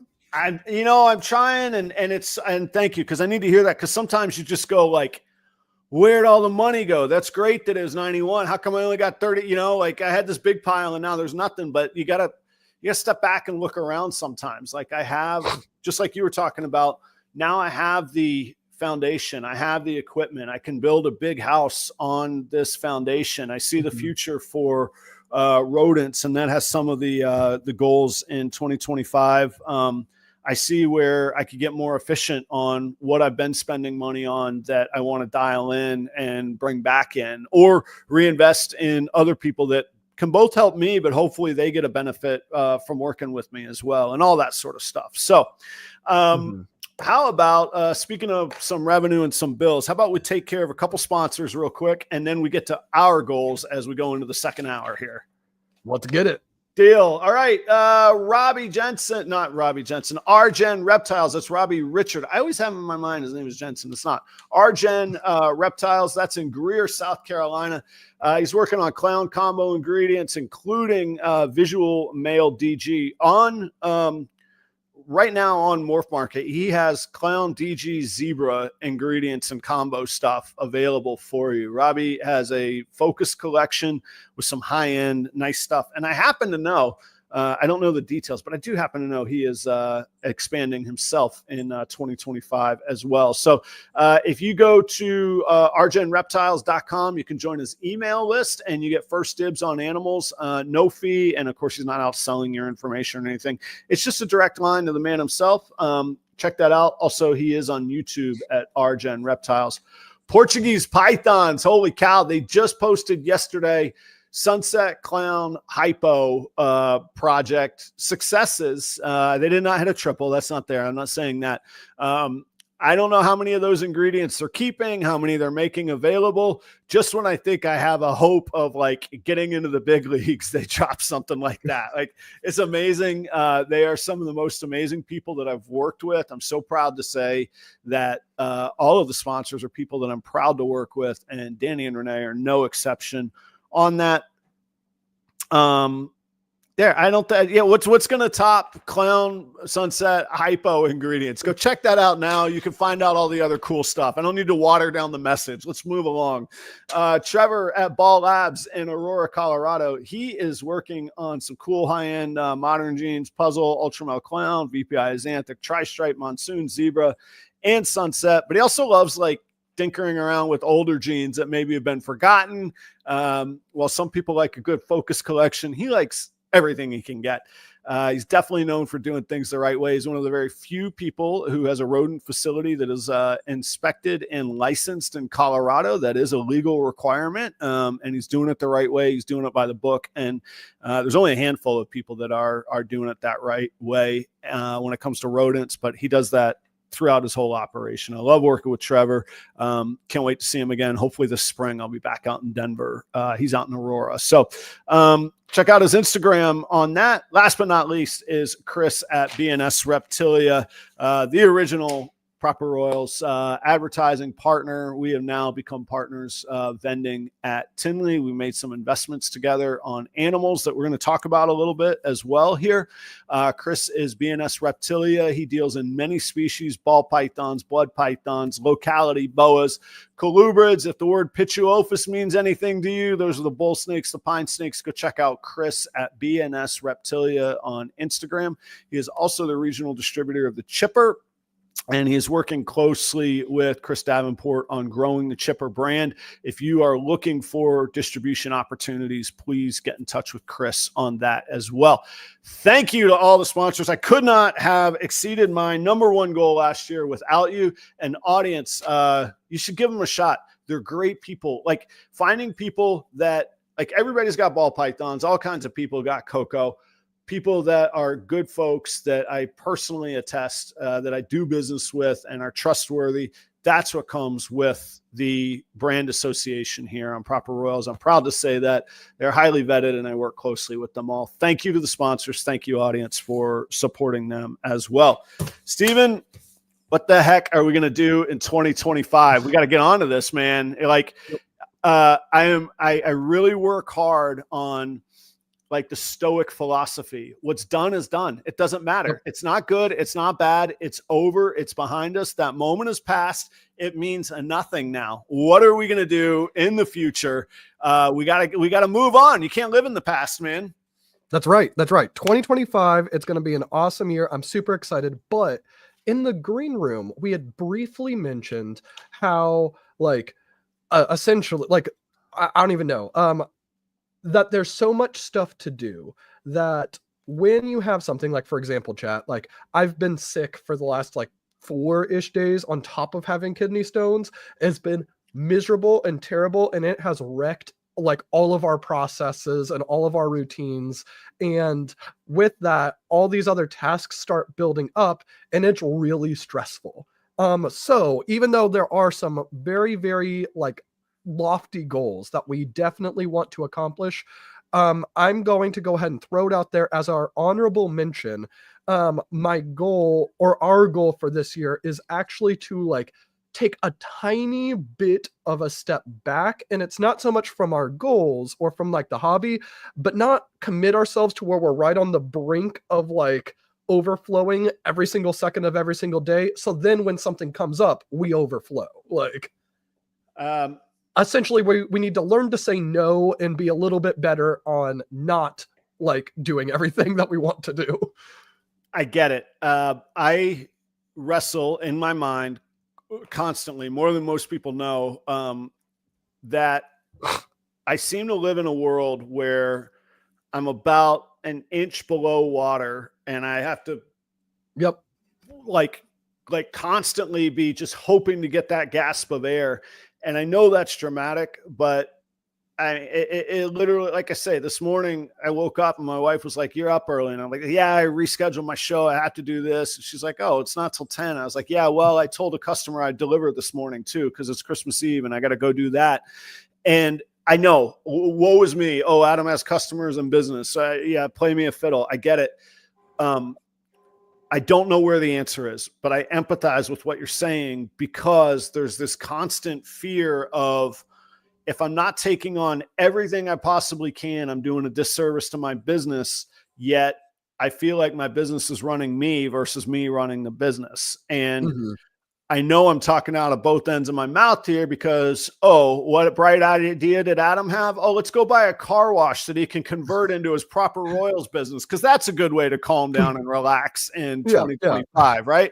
So I haven't figured it out. I did that in my career. It's part of why I stepped away from it. I'm so thankful that tomorrow morning I don't have to go into work and kick off a Christmas dinner banquet or welcome my team and thank them profusely for coming to work when they should be home with their family. So it's gotten better, But yeah, we could give ourselves like a little bit of breathing room and like have an organization and a business that we run rather than just constant pedal down expansion. And that's a challenge, you know? So I don't know where that balance is there. I'm with you though. I get it.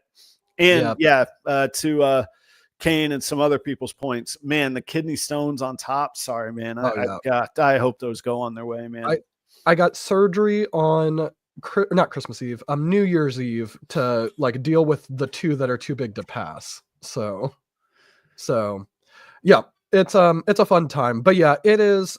There was a time this year, it was pretty much throughout the whole fall, like August-ish until about the beginning of November, where literally, this is not an exaggeration, every single weekend we were either at a show, we were traveling for something to do with the reptile hobby, we had gotten hit by a hurricane and we're dealing with like not having power and all that stuff, going back to a show. And when I'm saying these shows, these are like Tinley Park across the country, 16-hour drive, like stuff like that. And it was very fun and I'm very happy for it, but it is straight up exhausting. And it also makes you not as good in other areas, and not even necessarily just like snakes or a family life or social life, but all of that stuff happens because if we're traveling to Tinley, somebody's got to be watching Ellie, and then that's putting stress on like Courtney's family and stuff like that. And overall, essentially what we need to do is in 2025 make a deliberate proactive effort to build in, just like we would, like, let's say somebody asks for, hey, do you want to come on this live? And we would plan to be on their live that night. We need to plan days we are not doing. Like, this is a family day. Like, yeah, you're right. And it's hard. And I wrestle with stuff because you want to give the best experience to every customer or every potential customer. Like, you don't, you think, man, this is really driving me nuts. And then you're like, keep it together. This is one customer and they're important. And where are some of those boundaries and where are some of the things that make sense to do and not do. But some of it also is just that early business growth. So for example, I get what you're saying on the shows. I did 28 shows this past year, vending at them. I did that to learn the local market, but I'm not going to do the same thing over and over again. So this year I took the bottom tier. I said the bottom third of, and those are shows that I did repeatedly 2-3 times on a circuit kind of thing this year. Those consistent bottom performers, unless I see that the promoter is doing something actively different, a different venue, or a new commitment to advertising, something different, I'm not going to do the same thing over and over and expect different results. So this year, I say only, but I'm only booked for 18. That's a significant reduction. That's 10 more weekends a year that I'm at home or not scrambling or not in the weeds, because it takes me till Thursday of the following week to catch back up when I do those shows. So I'm really trying to magnify what works, and the stuff that doesn't work, I've got to be able to cut it out and go, well, I'm sorry, those areas just aren't paying off for me anymore. So I do understand that. Yep. So in an honest way, not a cynical way, good luck with that. I know that we are wired similarly in a lot of ways. We're wired differently in certain ways, but very similar in a lot of ways. It's not in our nature to back off. But maybe we'll get our stubborn heads around it that we need to just a little bit. All right. What's your number 5 goal, man? All right. Breeding focused goal, again, because we haven't done it. Double visual sunset animal of some sort. Doesn't matter if it's sunset ultramel, sunset clown, sunset desert ghost, but those are all the ones that we could potentially make this year. In total, I think we have like 10 clutches that we could make with all of those different combinations of some sort. So like 3 clutches for sunset ultramel. I think it's 5 for sunset clown, and then 2 for sunset DG. So we have enough clutches where we should have enough. Hopefully, as long as people go. Like, yeah, stacking the odds. I like that. That is it's so many rabbit holes to go down. That's a great example of building for the future the past few years, that now you have 10 opportunity. Did you say 10 clutches potential at this? 10 clutches. Could you imagine 3 years ago going, I got 10 shots at a double visual, like you would have been a millionaire in 2020 with those, you know, with that lineup, you know? So it really is amazing how almost exponential the opportunities build. Hey, I want to send some blessings out to Katie's family. Katie is a local customer that's been just massively supportive of Proper Royal. Sorry to hear that about your daughter. I hope everybody gets healthy and you get a little sunshine on Christmas Day. Okay, so double visual sunset. Kenny had a quick question on it because he says double het to double het. Correct. The Sunset Ultramels and the Sunset Desert Ghost projects, those clutches, those ones are double het to double het essentially, and then the Sunset Clowns, they're visual het to double het. So you get down to 1 and 8 on those, on the visual hets. Yep. Yeah, nice. Okay, very doable on those. My number 5, and you're gonna love it, Steven. This is what you've been preaching to me for years. I'm finally coming around. It was the right time for myself. Number 5, I think it's time for me to differentiate myself. I've learned how to drive revenue. I've got a proof of concept that the brand is strong. People trust me. I'm moving a lot of animals. We just talked about the revenue. It's time to be the guy on something or some things. So I have had this in mind for quite a while, and I think people will start to know if they don't already. I love the Super Gravel project. I think it's phenomenal. I think I get such inspiration from a guy like John Daig that for those of y'all that don't know, like everything he does is axanthic. And at first you're like, well, that's really limiting. It could be pied axanthic, it could be clown axanthic, it could be pied clown axanthic, you know, and you start going, oh, well, that's a different lens to look through it. And I have yet to see something in Super Gravel where I go, oh, that looks like crap. The well is so deep. And it's, to me, it's a nice balance of first off, wow factor. I don't have to explain why it's cool because you see it and it's cool. Great. That's perfect because I'm not great at those sorts of sales. Secondly, there's a bit of interest in it, but it's still really early in some of those recessive plus Super Gravel projects. And I got about 25 Super Gravels in this room around me. So I've been like stocking up or Super Gravels or Gravel Clown, essentially working at like a recessive project where single gravel would be a het, double would be a visual. So I think this will be, well, not I think, this will be the first year that I start producing them with recessive. So Super Gravel Clowns will be the first ones to come along this year. Next year, we should see Ultramels, that kind of thing, where it's going to, you know, there's super cool opportunities. So I want to start getting known as the guy. Like that's got to be one of the North Stars to be the guy on that. The other thing, unfortunately, that I have to sit tight for 2 years on because it's a female. But speaking of Chris at B and S Reptilia, an opportunity came up unexpectedly out of the blue, just good relationships over a long period of time. I had a breeder call me out of the blue and say, hey, Adam, we finally popped out after years and years of trying and not even being certain that there was a double het to double het. Turns out they popped out a rainbow clown. And I don't know if others exist. I've not found another one that exists. I'm not really caught up in world's firsts other than being ahead and being influential in a space. That's good. That's good for a brand. But I was like, I called Chris and I was kind of like, what do you think about this pricing? What do we value this at? And it was great because I was looking for some sort of validation or like, hey, that's a dumb project or something from somebody I trusted. Well, Chris goes, what if I went in with you on it? And I was like, okay, so you're into it and it's a good price. Let's do this. We'll do it together.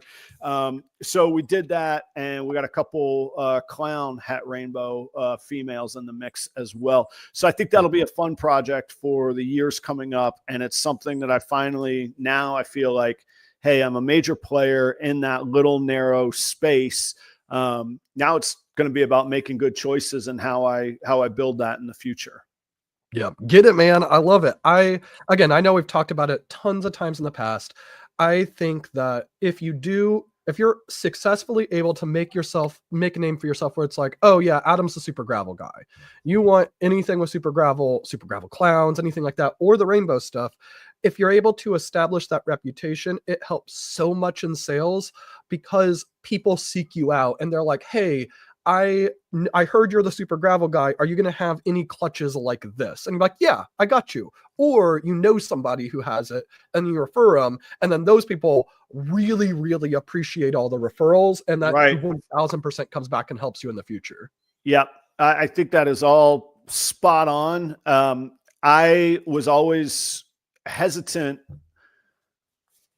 I felt like to be known for something, it was going to take a massive investment that I wasn't in a place for. At the time you were buying sunsets, it wasn't in the cards for me. I damn sure wasn't doing 90,000 a year at that time. So for me, it was always like, all right, build different parts of the industry or my business first. And now circle back to, hey, here's a proven method too, that I need to check that box as well for. So one quick thing, just because I know this is a lot of money and I know it's a lot of money for like people, but I think comparatively, because at the time that we were getting the sunsets, I think people assumed sunsets were like, I don't know, $9 million or something. We bought our very first sunset male, the one that kind of made 90% of our holdbacks and all that stuff initially. We bought him for $3,500, which is expensive, but that's not like, I think most people can swing that if they're really getting into the business. So they can, but for me, I didn't have confidence that I could sell that. I didn't have so affording it is one thing, doing something with it. And you got to realize at that time, $3,500, that's some pretty sweet Gibson guitars, man. You're really conflicting with Adam's heart and emotion here. So yes, in retrospect, missed opportunity. On the other hand, how many people went belly up after spending that $3,500 too? So it's a kudos to you and to being the right person to pull that off. By all means, you crushed it on that. Frankly, it's not that I had a doubt in myself. It's that I just didn't have any experience or any evidence that I had any business slinging 3,500 around at that time. And honestly, if I had to do it over again, I don't know. I probably still would build. I don't know. I don't know. It's a different path. Maybe I'm just being stubborn, but I'm here now and just make it known this year we'll be, you'll be getting full doses of super gravel all around you. What's number 4? What you got? Okay. All right. Number 4. So this is a new category. Because just new category, but it's a shed testing one. So I have shed testing goals this year. Okay. And this year in 2024, at the end of it, we have done 97 shed tests throughout the year. I want that to be 100. Like when I saw there was so close to 100 and we didn't make it 100, I'm like, why not? And the reason, this sounds silly because it's not. I was going to say, tell me beyond the vanity of a nice round 3-digit number. And you could say, obviously, I work closely with Charlie at shedtesting.com, but RGI is a massive player in the market and you work very closely with them. And as I think that you shed tests from Charlie too. So we love both of them. We love both of them. So there's still a project that we're working on with both Charlie and with RGI that we need to get more shed tests for, because once we get more data, it will be a pretty interesting information that will get put out, but I'm not gonna leave it right there. Well, and it's one of those that is kind of neat. Am I right? I know we got to be a little bit vague about it. Am I right? Like there's a few international players that everybody said, hey, you know what? Instead of one person sort of holding it hostage, let's get this out there, because the industry, the customers, all the people that we care about are going to benefit the most the faster we can collectively get there. Is that am I paraphrasing that right? Yes, but there's a specific thing that Charlie is the one who made the initial, I'm going to say discovery, but we need more evidence to figure it out if it is truly what happened. But I don't want to talk about it yet. We need more evidence. Right. No, very good. And like, that's not just Steven being smug. That is, we can look back over the past 2 years and look at some things that have gotten out or been put out sooner than they were proven. And it really causes market, what would the word be? Yeah. Tumultuous, whatever the root word of tumultuous is. Yeah. And that's the last thing that any blood that anybody wants on their hands. So this isn't Steven just being a smug marketer, which he's not. Steven's one of the most transparent people I've ever met. That's just being responsible right now. Yep. But shed testing. So the reason why is I believe that right now in the current state of the ball python breeding hobby, the highest end, like the top tier of the ball python breeding hobby, is not pairing a let's just say like a double visual to a double visual and making a whole clutch of double visuals that then have some extra genes in it. That is not the top tier of the pairings right now. If you go to like, we were at Will's in September of RCR, every single one of his pairings, and I'm not exaggerating on it, it would be something like, I'm making up exactly, I'm not saying this is one of his pairings, but like a DG clown to a pied double het exanthic hypo. And it's every single pairings like this where there's extra hets on one side that don't really play into it because he is shed testing all of his clutches, because he only needs 1 or 2 animals to prove out with the genes, and then he holds them back and he sells the other ones. So he skips years in the project because he's able to skip over the stage of having to make triple hets, and now he has double visual triple hets instead of stuff like that. And it is exponentially moving the leading edge of the hobby faster. And if you are not doing pairings like that, you might think that they're good pairings, but you don't realize how fast the top tier breeders are moving. And so that with that, we are intentionally building in pairings that are skipping generations. And we did it this year too, where we, for example, just recently hatched out a clutch where it was a chocolate inchy orange dream double het sunset desert ghost animal to a visual clown. The visual clown we knew gave us big clutches of eggs. This sounds like a bad pairing. Anybody else who told me about this pairing, I'm like, this is a stupid pairing. But we ended up getting 9 eggs. We got super lucky. We got 1 male and 8 females. And of the 8 females, we ended up getting 3 various different combo triple het sunset DG clown females, which, if we were going to make those females beforehand, like the traditional route, we would have waited till we got like a sunset clown. Then we would have needed to pair that sunset clown to a combo desert ghost animal. And then it really would have taken us at least 3 to 5 years longer than what it did in order to get the exact same babies that we have right now. So we are now 3 to 5 years ahead on that project than we would have been by using shed testing like this and taking the gamble. But because it is a gamble and it's all statistics and odds, you're going to lose. So you actually have to do enough of these different clutches where statistically half of them are going to win, half of them are going to fail.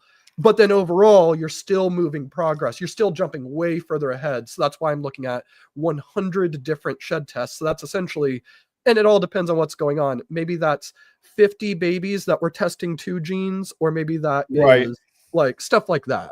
Yeah.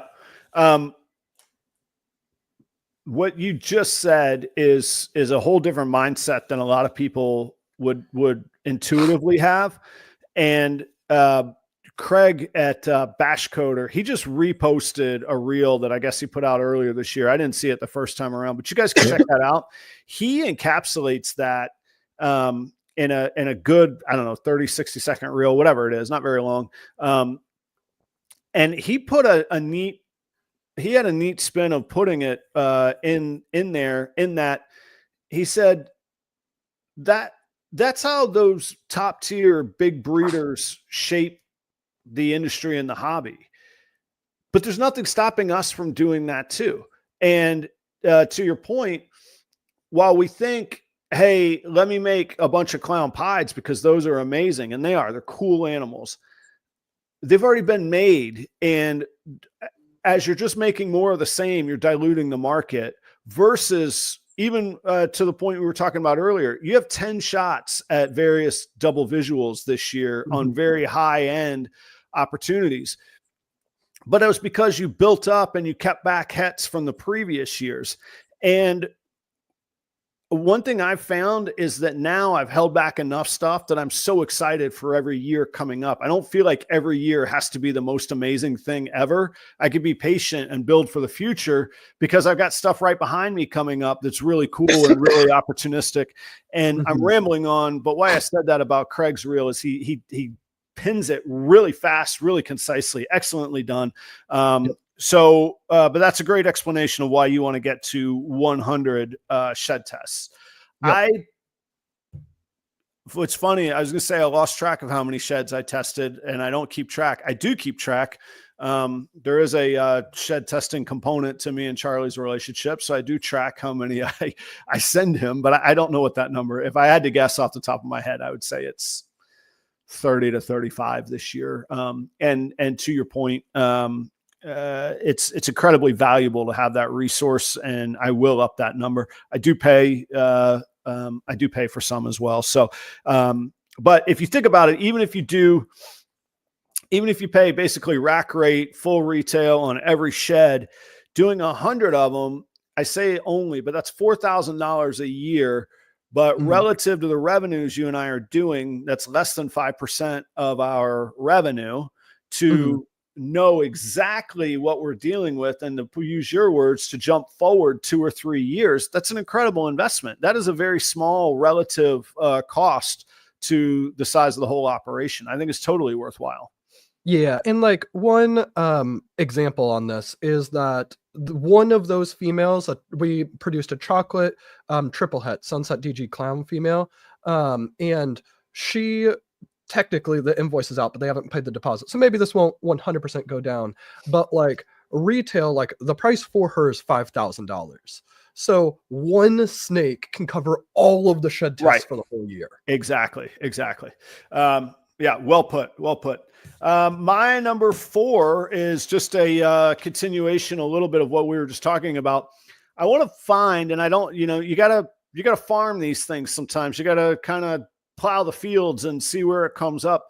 But I do want to, every year, but this year specifically, I do want to find one unique new project to invest in. I think that you can become antiquated or stale collection, all irrelevant, all those different words, whatever, however they get thrown around. But it also adds fuel to my own fire as well. It's something new. It's something exciting. Anytime I get a new guitar, I always think it's the greatest thing I've ever bought. And it's a standard of quality across the board, but I end up playing it more. I do better. So having something new and exciting is fantastic. And it's a good business decision. So as an example, the rainbow clown this year was that. I don't know what will pop up as an opportunity. Sometimes it's the right opportunity. Sometimes it's the very specific target that gets you excited to see something. You never know kind of what flows down the river, but I do believe that a prepared mind executes better. And sometimes a prepared mind has money set aside, has a plan. Hey, I don't know exactly what I'll spend, but I got some money. When it comes, boom, I can make a decisive decision and jump on it. So invest in one unique new project this year. So that one, I don't know how to define it any better than that, but that is important to me. Get it, man. Get it. All right. Number 3, what you got? All right. Number 3. So this is going to go for like a marketing one, and this is going to be edit, produce, release 3 additional of the short docs, which most likely they're going to be Bob Vu's, because that one's like the most, like that one will be pretty quick. Brock Wagner's. Again, we also have the Canada ones, but I think that based off of various different things, I think that I want to do a doc on specifically genetic testing, and a lot of Will's interview is going to go into that. So I feel like that from Will of RCR, and then like RGI, potentially if like Charlie or other people like that, like doing one where it's the story of genetic testing and its impact, 1, its development, 2, its impact on the hobby, and where it's going in the future, and like what does that look like. I think that would be a really, really interesting doc one. But essentially, edit and produce 3 short docs throughout 2025. I have no doubt that you're going to hit that. Like you've got them. You're ready. You're good on that. You're going to make that I got happen. the footage. I got to edit and produce it now. Right. Yeah. Actually, the footage is the easy part. It's putting it all together. And you're exactly right. Let me jump back really quick because I left a detail out. Saltarian Serpentines DE says, don't forget about the incomplete dominant genes on the multi-recessive runs. Yes. Exactly. And I didn't enunciate it right enough or well enough. That was a lot of Craig's point, and I would agree in the building blocks for the future. I would rather make stronger building blocks. I would rather than just hitting my goal of last year of 3 double visuals. I'm proud to say I hit double visuals that have Enchi and Pinstripe in them, and people can think whatever they want of Enchi and Pinstripe, but they have those codons in them. And that's going to be something in the long play when I'm chasing these super gravel projects. Something I love about super gravel is that there's only, I don't know, 5, 8, 10 other codons that have ever been mixed into super gravels, when we know that there's hundreds of defined, very cool codons that we got to go figure out.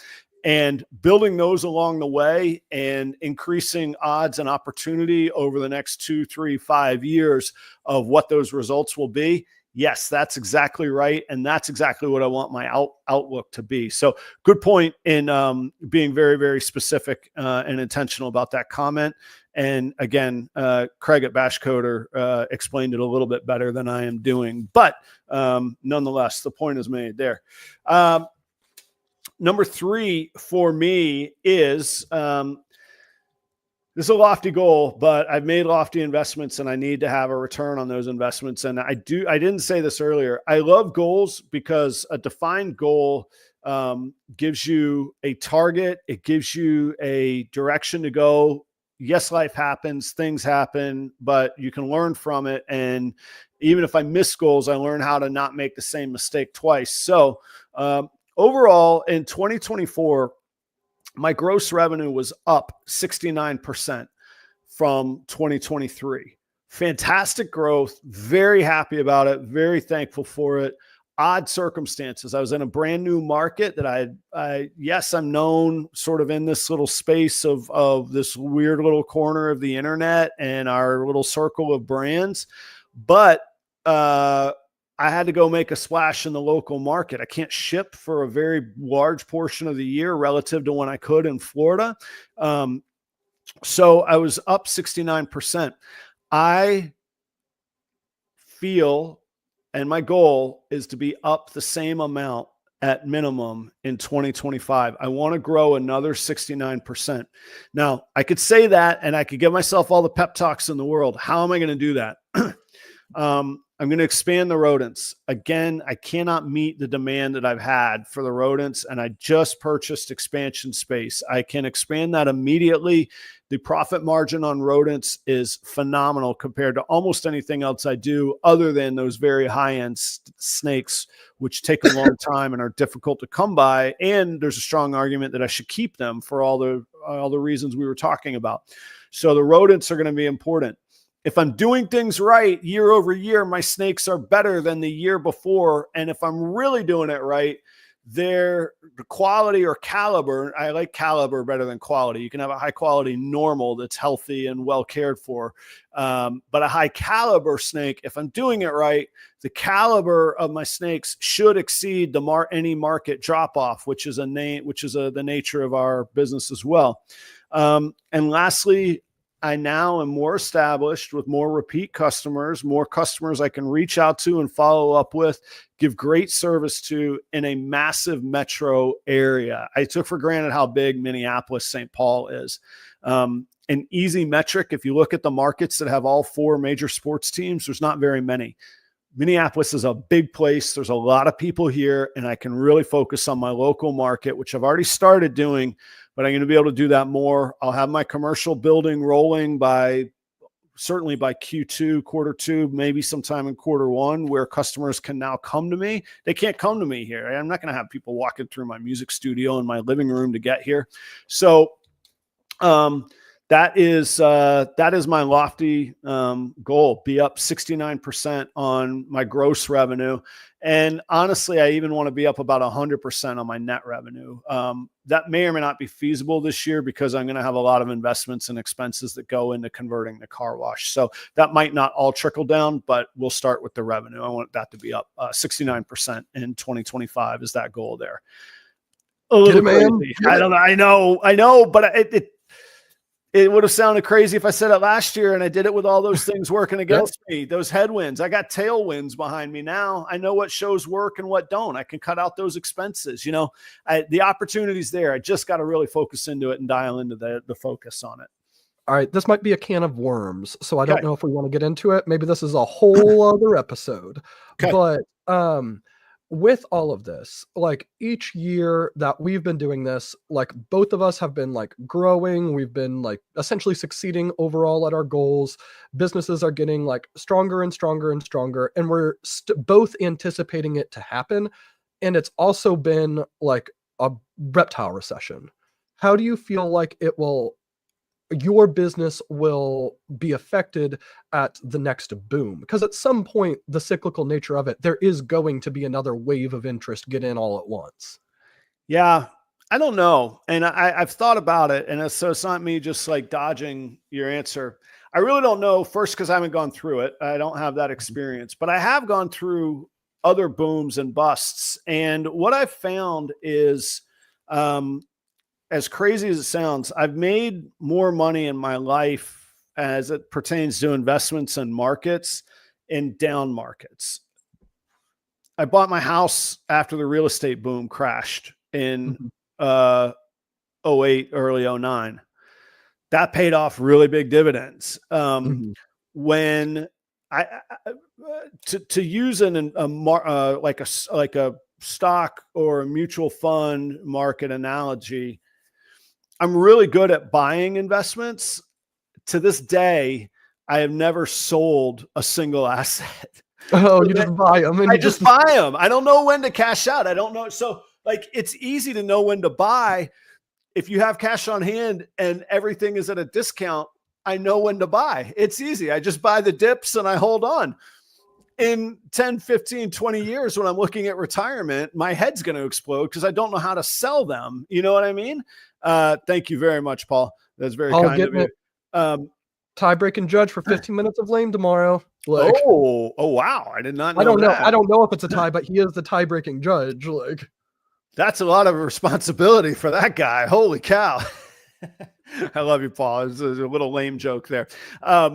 So I equate it to that, and I do okay for whatever reason. I have a knack for tuning out the downer stuff. I have a knack for going, I don't need the whole market to be great. I need to find 200 local people that will spend $500 a year with me.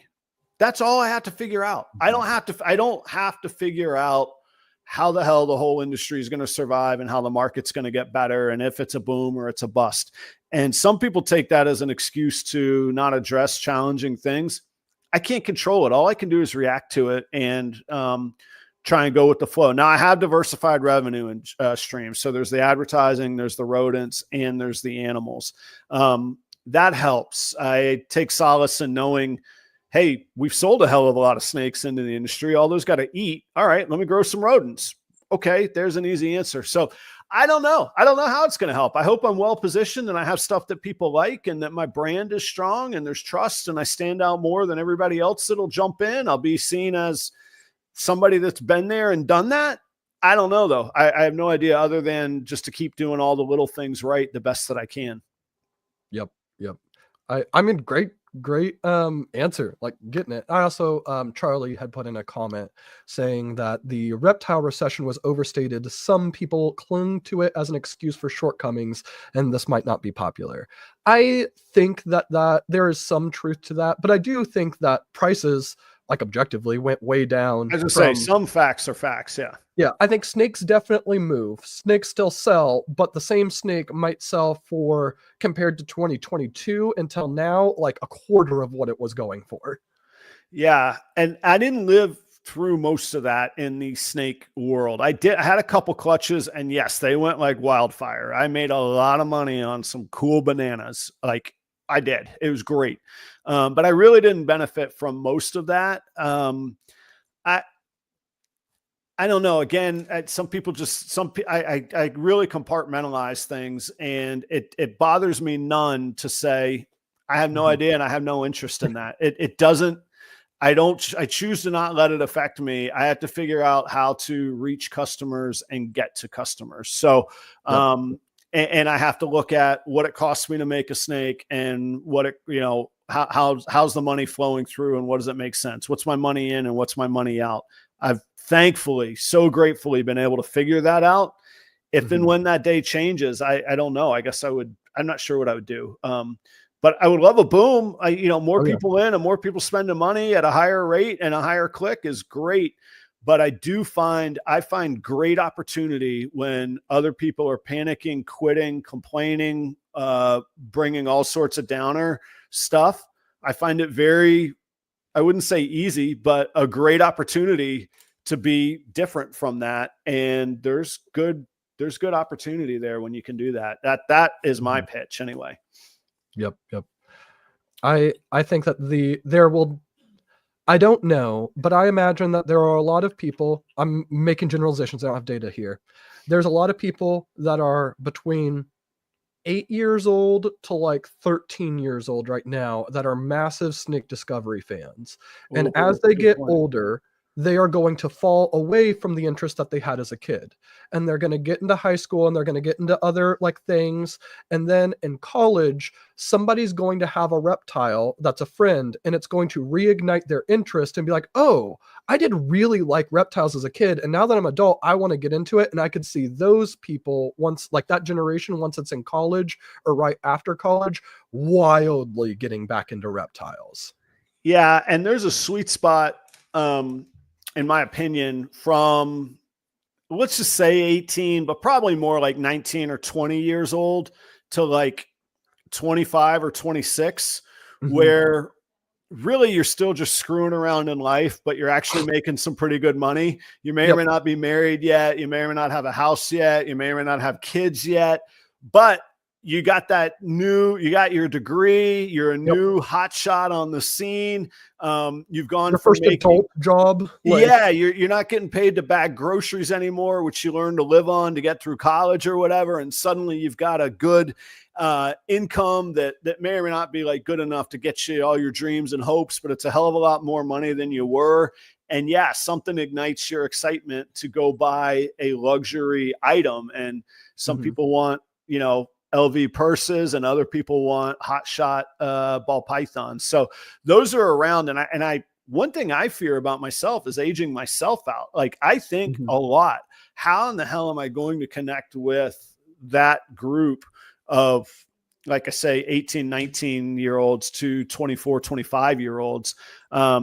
And then I do like the responsible adults that have great jobs and are viably rich, and I can sell to them too, which is nice. So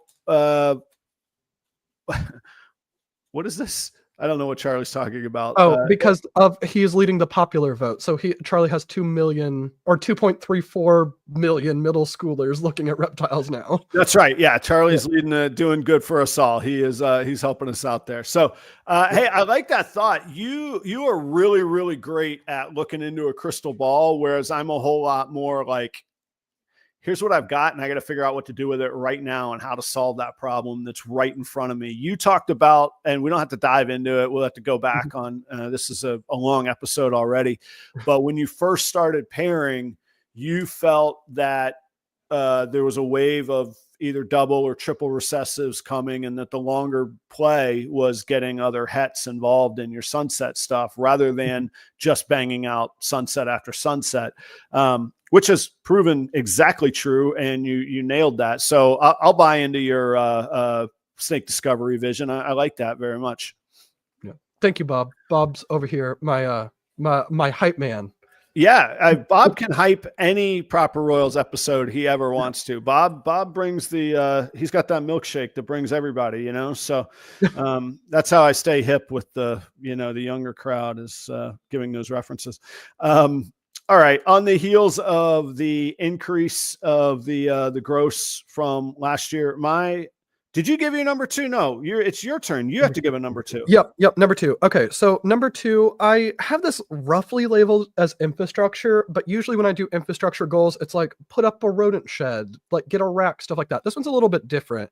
I want to position ourselves, whether this is through holdback or buying, that by the end of 2025, we have 10 pet-focused breeder females, but not just like random. When I say pet-focused, I don't mean like a normal, but I mean like a blue-eyed Lucy female where her entire clutch paired to a blue-eyed Lucy will make blue-eyed Lucies, and those are great pets, or a pied female, things like that. Like where it's stuff that will sell really, really well at local shows, but we don't have to worry about the odds. 10 of them, breeder females for pets, and 65 that I am going to loosely label high-end females. And it's not necessarily that those females are like $10 billion, but that they can make very expensive animals.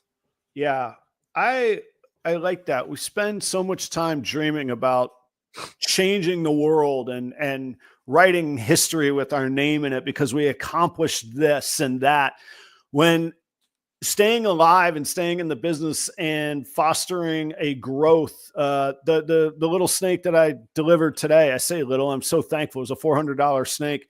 There's a banana genetic stripe, just a really amazing looking hatchling that made these people's day.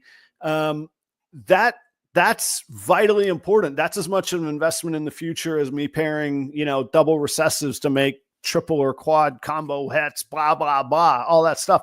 And, so we focus so much on these big, massive dreams, and we forget sometimes that, having that cash flow and building a local audience that, one or two out of those pet buyers are going to want the higher end stuff down the line. As well as I do, you get somebody 2-3 snakes in, they're going to be buying from you and using you as a resource for years to come.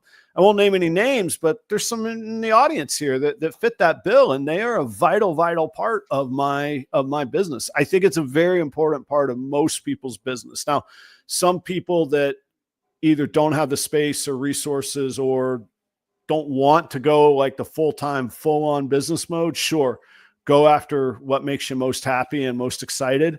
But from a business standpoint, those are a vital part of, you can make a lot of money selling $300 to $500 snakes. I promise you. Yep. They're what, so at least at the local shows we do, that's like the bread and butter. Like, right. Yeah. You might sell $1,000 animal, but most of it's $300 and less. At local shows. Yeah, the shows and then the bigger stuff, and you've alluded to, and I think I have as well. You could target those sales by building that story, by going specifically to those chat groups, by building it in your Patreon or your media, your YouTube, any of that. So there's ways to do that too. Let's see, what's mine? What is the ARR on your project? I'm not sure what ARR is. There's a lot of, I'm guessing that's something about I really don't know. I was going to say, I'm guessing that's something along the lines of ROI or something. You can expand on that if you want, Watts, and we'll try and capture that. So, all right, number 2 for me is a little bit of a continuation of growing the gross. The net, I need the car wash and proper royals together. And those of y'all that are watching, you're like, what is this car wash talk? I bought a car wash. I'm going to convert one of the bays into the new proper royals facility. It allows for expansion. It has the infrastructure I need, heated floors, nicely insulated, and just one big, really concrete block, metal roof room. Very secure. I'm happy with it. I need those two businesses together. I need those to net 55,000. However that works. If the car wash is a gold machine and it means that I could just grow rodents to feed my collection, fine, I'll do it that way. If it means that the car wash turns out to only make $1, but it pays for itself, that gives me a whole new facility, essentially effectively for free, then that means I could grow proper royals. So I'm putting those both in the same bucket. I want those to net, not gross. The gross revenue needs to be much higher than that. I need to net at the end of the day on those two together, 55,000. And I still have some side projects in my consulting world that will put me to the income that I need to sustain the lifestyle that I enjoy and save for future and all of those kinds of things. So 55,000 net I need to make on the car wash. That is 24,000 more than I netted this year on proper royals. So steep goal on that one as well. I don't want to share anything because it's not my business and all that stuff, but you guys should join Bob Vu's Patreon because he does stuff like this as well, where he gets into very specific numbers, and he just did his 2024 recap, and he did like 200 some clutches, and he talked about his gross revenue, and one, staggering. It's really, really inspiring to see it. But also when we were thinking about it and we were applying it from our like level, because we did 23 clutches this year, honestly, it's about the same. It's just percentage wise, it's like we had a 10th of the clutches he did. So it's like, but it's really, really cool on the scalability of it. Like, and I think I drive some people nuts because I talk in percentages so much, but that's exactly why percentages are important. If you can manage responsible percentages on a small number, when you scale, you should be able to do that or better, because there's economies of scale behind that as well. Yeah, Bob inspired me on knowing that he does the financial breakdowns, and that's what Shane and I do on the Lone Wolves from that inspiration. Once a month, we break down every bit of revenue, every bit of expense. Where did we land? What's left on it? What do the percentages look like? All that good stuff. So, and I did get Bob's joke. I can empathize with, well, we got gross revenue, but we don't have much on net. To me, gross is very important because that's where it all starts. Then you can have discretion after that. Plus, tax accounting is a weird thing. I don't even want to get into that world because I'm going to get myself in trouble. Not because I do things underhanded, but because there is an expert. There's a reason there are tax accountants, and at some point you need one. So that is all thoughts that go into that. So that was the number 2 goal. Watts, I see you expanded on that. I haven't read it yet here while I'm moving along. Just one moment. Stephen, your number 1 goal for 2025. What do you have? All right. Number 1 goal for 2025 is for one of us, Courtney or I, to go full-time for Leviathan. Like, my man, good for you. We are like, we're essentially, Bob's been talking to us about it quite a bit recently, and just trying to like give us enough confidence to like make the plunge, but we've never worked for ourselves fully, and it is scary. Like, so essentially what the stage that we are at right now is we are save as much money as we can from our regular jobs, from the snakes, from whatever, so that way when we end up making the jump this year, we have as big of a like safety net as possible. Yeah. I think I could share this since you brought it up. We had, you and I spoke some months back about it, and I shared my thoughts and my experience on it. And I'll just leave it at, I wish you the best. I think you've put a lot of thought into it. I think you'll be, well, in short, I think you'll be successful, but I think you'll be amazed at what opportunities both in the snake world come your way, but also in the other areas of your expertise where my input, I'll just share what my input was, is you can largely step out, but then still present or market yourself as an expert where you know that you are from your career versus where you think that there's a lot of risk. And that's how I've been able to confidently hedge my risk, both in snakes, but also give myself the confidence to go, the other stuff's out there. If I have to go back to it, I will. If that's the answer, I'm not letting this house slip away. I'm not letting my home and my family and everything that I've worked hard for slip away. When you take that leap, you're going to find those options, and those opportunities are out there. And, I like turning an expression on its head. People say that scared money doesn't make money. Let me tell you, the most money I've ever made in my life was when I was absolutely effing terrified. And I've had those moments over the past few years. And much like we were talking about, I don't want to create myself being terrified to have to make money. But let me tell you, scared money can make money because when you're scared, you're going to think about every little bit and really be intentional about everything that you do, you know? So I think you've thought about it, and you've got good people around you, and you have a very good safety net too, in my opinion. So that is a very good number 1 goal.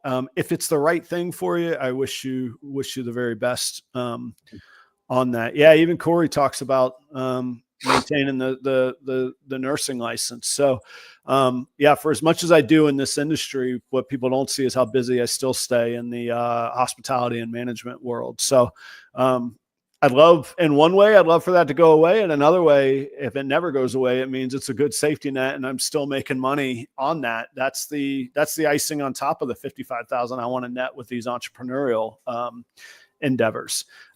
Speaking of entrepreneurial endeavors, my number one goal is let me think how I could put this. I did a winemaking internship back in 2011, and I asked the winemaker, "Hey, if you had it to do over again, what would you do over?" And I thought he was going to say, "Well, I would have planted this clone." And like, you think the world of snakes is nerdy? The winemaking world is nerdy, man. You're talking about different clones of the very same species of grape, and you're grafting it onto different root structures, and you're facing it at this angle to the sun, and blah blah blah. And I thought that's what he was going to get into, and he said, "Adam, I'd make wine for myself and all this other stuff that we need in the industry. That's what I would sell. I'd sell the barrels. I'd sell the fertilizer. I'd sell the trellising equipment." He goes, "Then I don't have to worry about the drama. I don't have to worry about the ratings. I don't have to worry about marketing. I can make amazing wine that I'll sell a little bit of and it'll take care of itself. And the real money is in all this other stuff." And that has echoed in my head for 15 years now. So my number one goal is to partner on a new business. I don't know what it will be, but a new business that is in the industry, but is not ball pythons. I don't know what opportunity that will be. I know that with preparation, with brand trust, with people seeing who Adam is, specifically, with me putting that out there, with me having more facility space and buying the square footage of the car wash that I could convert as needed. I think that the ground is ripe with opportunity, and I think that I will both seek out through the relationships that I have. I know a lot of people that have invested in many different areas in the industry. I think I have something to add and a way to help them build their brands. And that is something I would love to expand sort of the portfolio of properroyals businesses. So I don't know what that's going to be. I don't know how I'll judge. Well, I know how I'll judge if it's successful or not. Either it'll happen or it won't, but I truly, I don't know what it'll be. And I don't specifically have those targets in mind yet, but I will cook those up. So that's where I'm at. You were talking about like the winemaker selling like the barrels, like all the equipment for it. Yeah. I feel that recently, one of the biggest things that's changed in the reptile hobby in the last few years is genetic testing. And Charlie and RGI, they're right there selling us all the shovels. Like they're exactly right. Like, yeah. Oh, they're getting it. They don't have to hit any odds. They don't have to anything. That is an understatement. That is not they have representing a ton of hard work and a ton of like right. They have their own business nightmares. And actually I talk very openly with Charlie. We compare our business nightmares, how we're losing sleep, each of us in our own businesses. But yeah, you're exactly right. They don't have to worry about whether a female goes. They don't have to worry about whether their temps are right or husbandry's on point. They have a whole separate business and they are crushing it. Great job to them. Yep. But no, I like your goal of finding a different thing within the reptile hobby. I feel like Robin's really good at that too. Like, what an inspiration. And I know from talking with him personally or things that come out, just spending time and soaking up as much as I can. The guy's invested in everything. He's all over it. People have no idea how involved and invested in the industry he is. And I think that there's opportunity. And honestly, part of why I want that to be a goal is because it will surround me with somebody that I can learn from. I really specifically chose the word partner because I want to have somebody that I can learn from rather than carving my own niche. I'll do that. That'll be the goal in another 5 years, carve my own new niche. But learning that those ropes is really exciting to me. So that's my number one goal. Yeah, the one thing I've talked a couple different times about with various different people that I just haven't been willing to pull the trigger on it because of time is like helping other like breeders, other reptile industries businesses, I guess, with marketing specifically. And it's something that I'd like to do, but it's going to have to be something like when we go full time, it's like, okay, now this is something I can do it because I can't with a full-time job. Yeah, exactly. Well, and it's a conflict of interest with the job that you have that's paying your salary. Like you got to you know, there's a ethical part of it too. It's a fun world. And I'm just, when I say it's a fun world, it's, what's the word? It's so like attractive to figure out business, to see that there's a world beyond what I had been doing. And I'm so thankful for what I had been doing because it allowed me to get to where I'm at now. But a lot of this, they just don't teach in school. They don't teach these entrepreneurial opportunities. They also don't teach me how to pronounce entrepreneurial properly. It's a neat, invigorating is the word I was looking for. It's just an invigorating time. And I'm thankful for it. Stephen, thanks for being here today. We've killed 2 hours of Christmas Eve. There's got to be something that we should be doing other than rambling on about ourselves and what exactly we say we're going to go do in 2025. What does, real quick, what does the rest of your Christmas time look like? What you got any great traditions or fun things that you're going to do today? Not so much today, but tomorrow we got presents, and then we're going to be heading over to Courtney's family's for like a gift exchange, stuff like that. But pretty chill. Very good. How's the does the little one know that it's Christmas? Does the little one know what Santa Claus is and all that? Fun? Yeah. They're so excited. She keeps going outside, and we're in South Carolina, so there's no snow or anything like that, but we just got a new roof put on, and she keeps like going outside to see if Santa's on the roof yet. Okay, good. All right. Well, let her know the big man's on his way. If we get some cookies out there, some milk, do it right. He's not going to come. She doesn't go to sleep. You know, you got to get there. You got to get your rest. And that's when he's going to come. Yeah, I wish you all the most Merry Christmas. Enjoy the time with your family. I hope you get feeling better. Thanks for doing this with me. Here's to many more annual episodes of goals that we can either make or miss, but certainly learn from and grow from. Thanks, audience. You guys are great. Next week, same time, midday brunch episode. I'm going to do the pairings episode. I'll probably talk about the top 5 pairing goals of 2025 with another illustrious guest that will join me. So stay tuned. I hope you guys have a wonderful holiday. However you spend it, stay safe and healthy. Stephen, be good, man. Thanks for everything, brother. All right. Sounds good. Catch you later. All right. Yeah, there's new buttons on StreamYard. Hang on. This is true, guys. There used to be a button called brand, which is not there. It is now style and media assets. We're going to go there. All right. We'll try this again. Thanks, everybody. Take care. Have a wonderful holiday. Merry Christmas to you.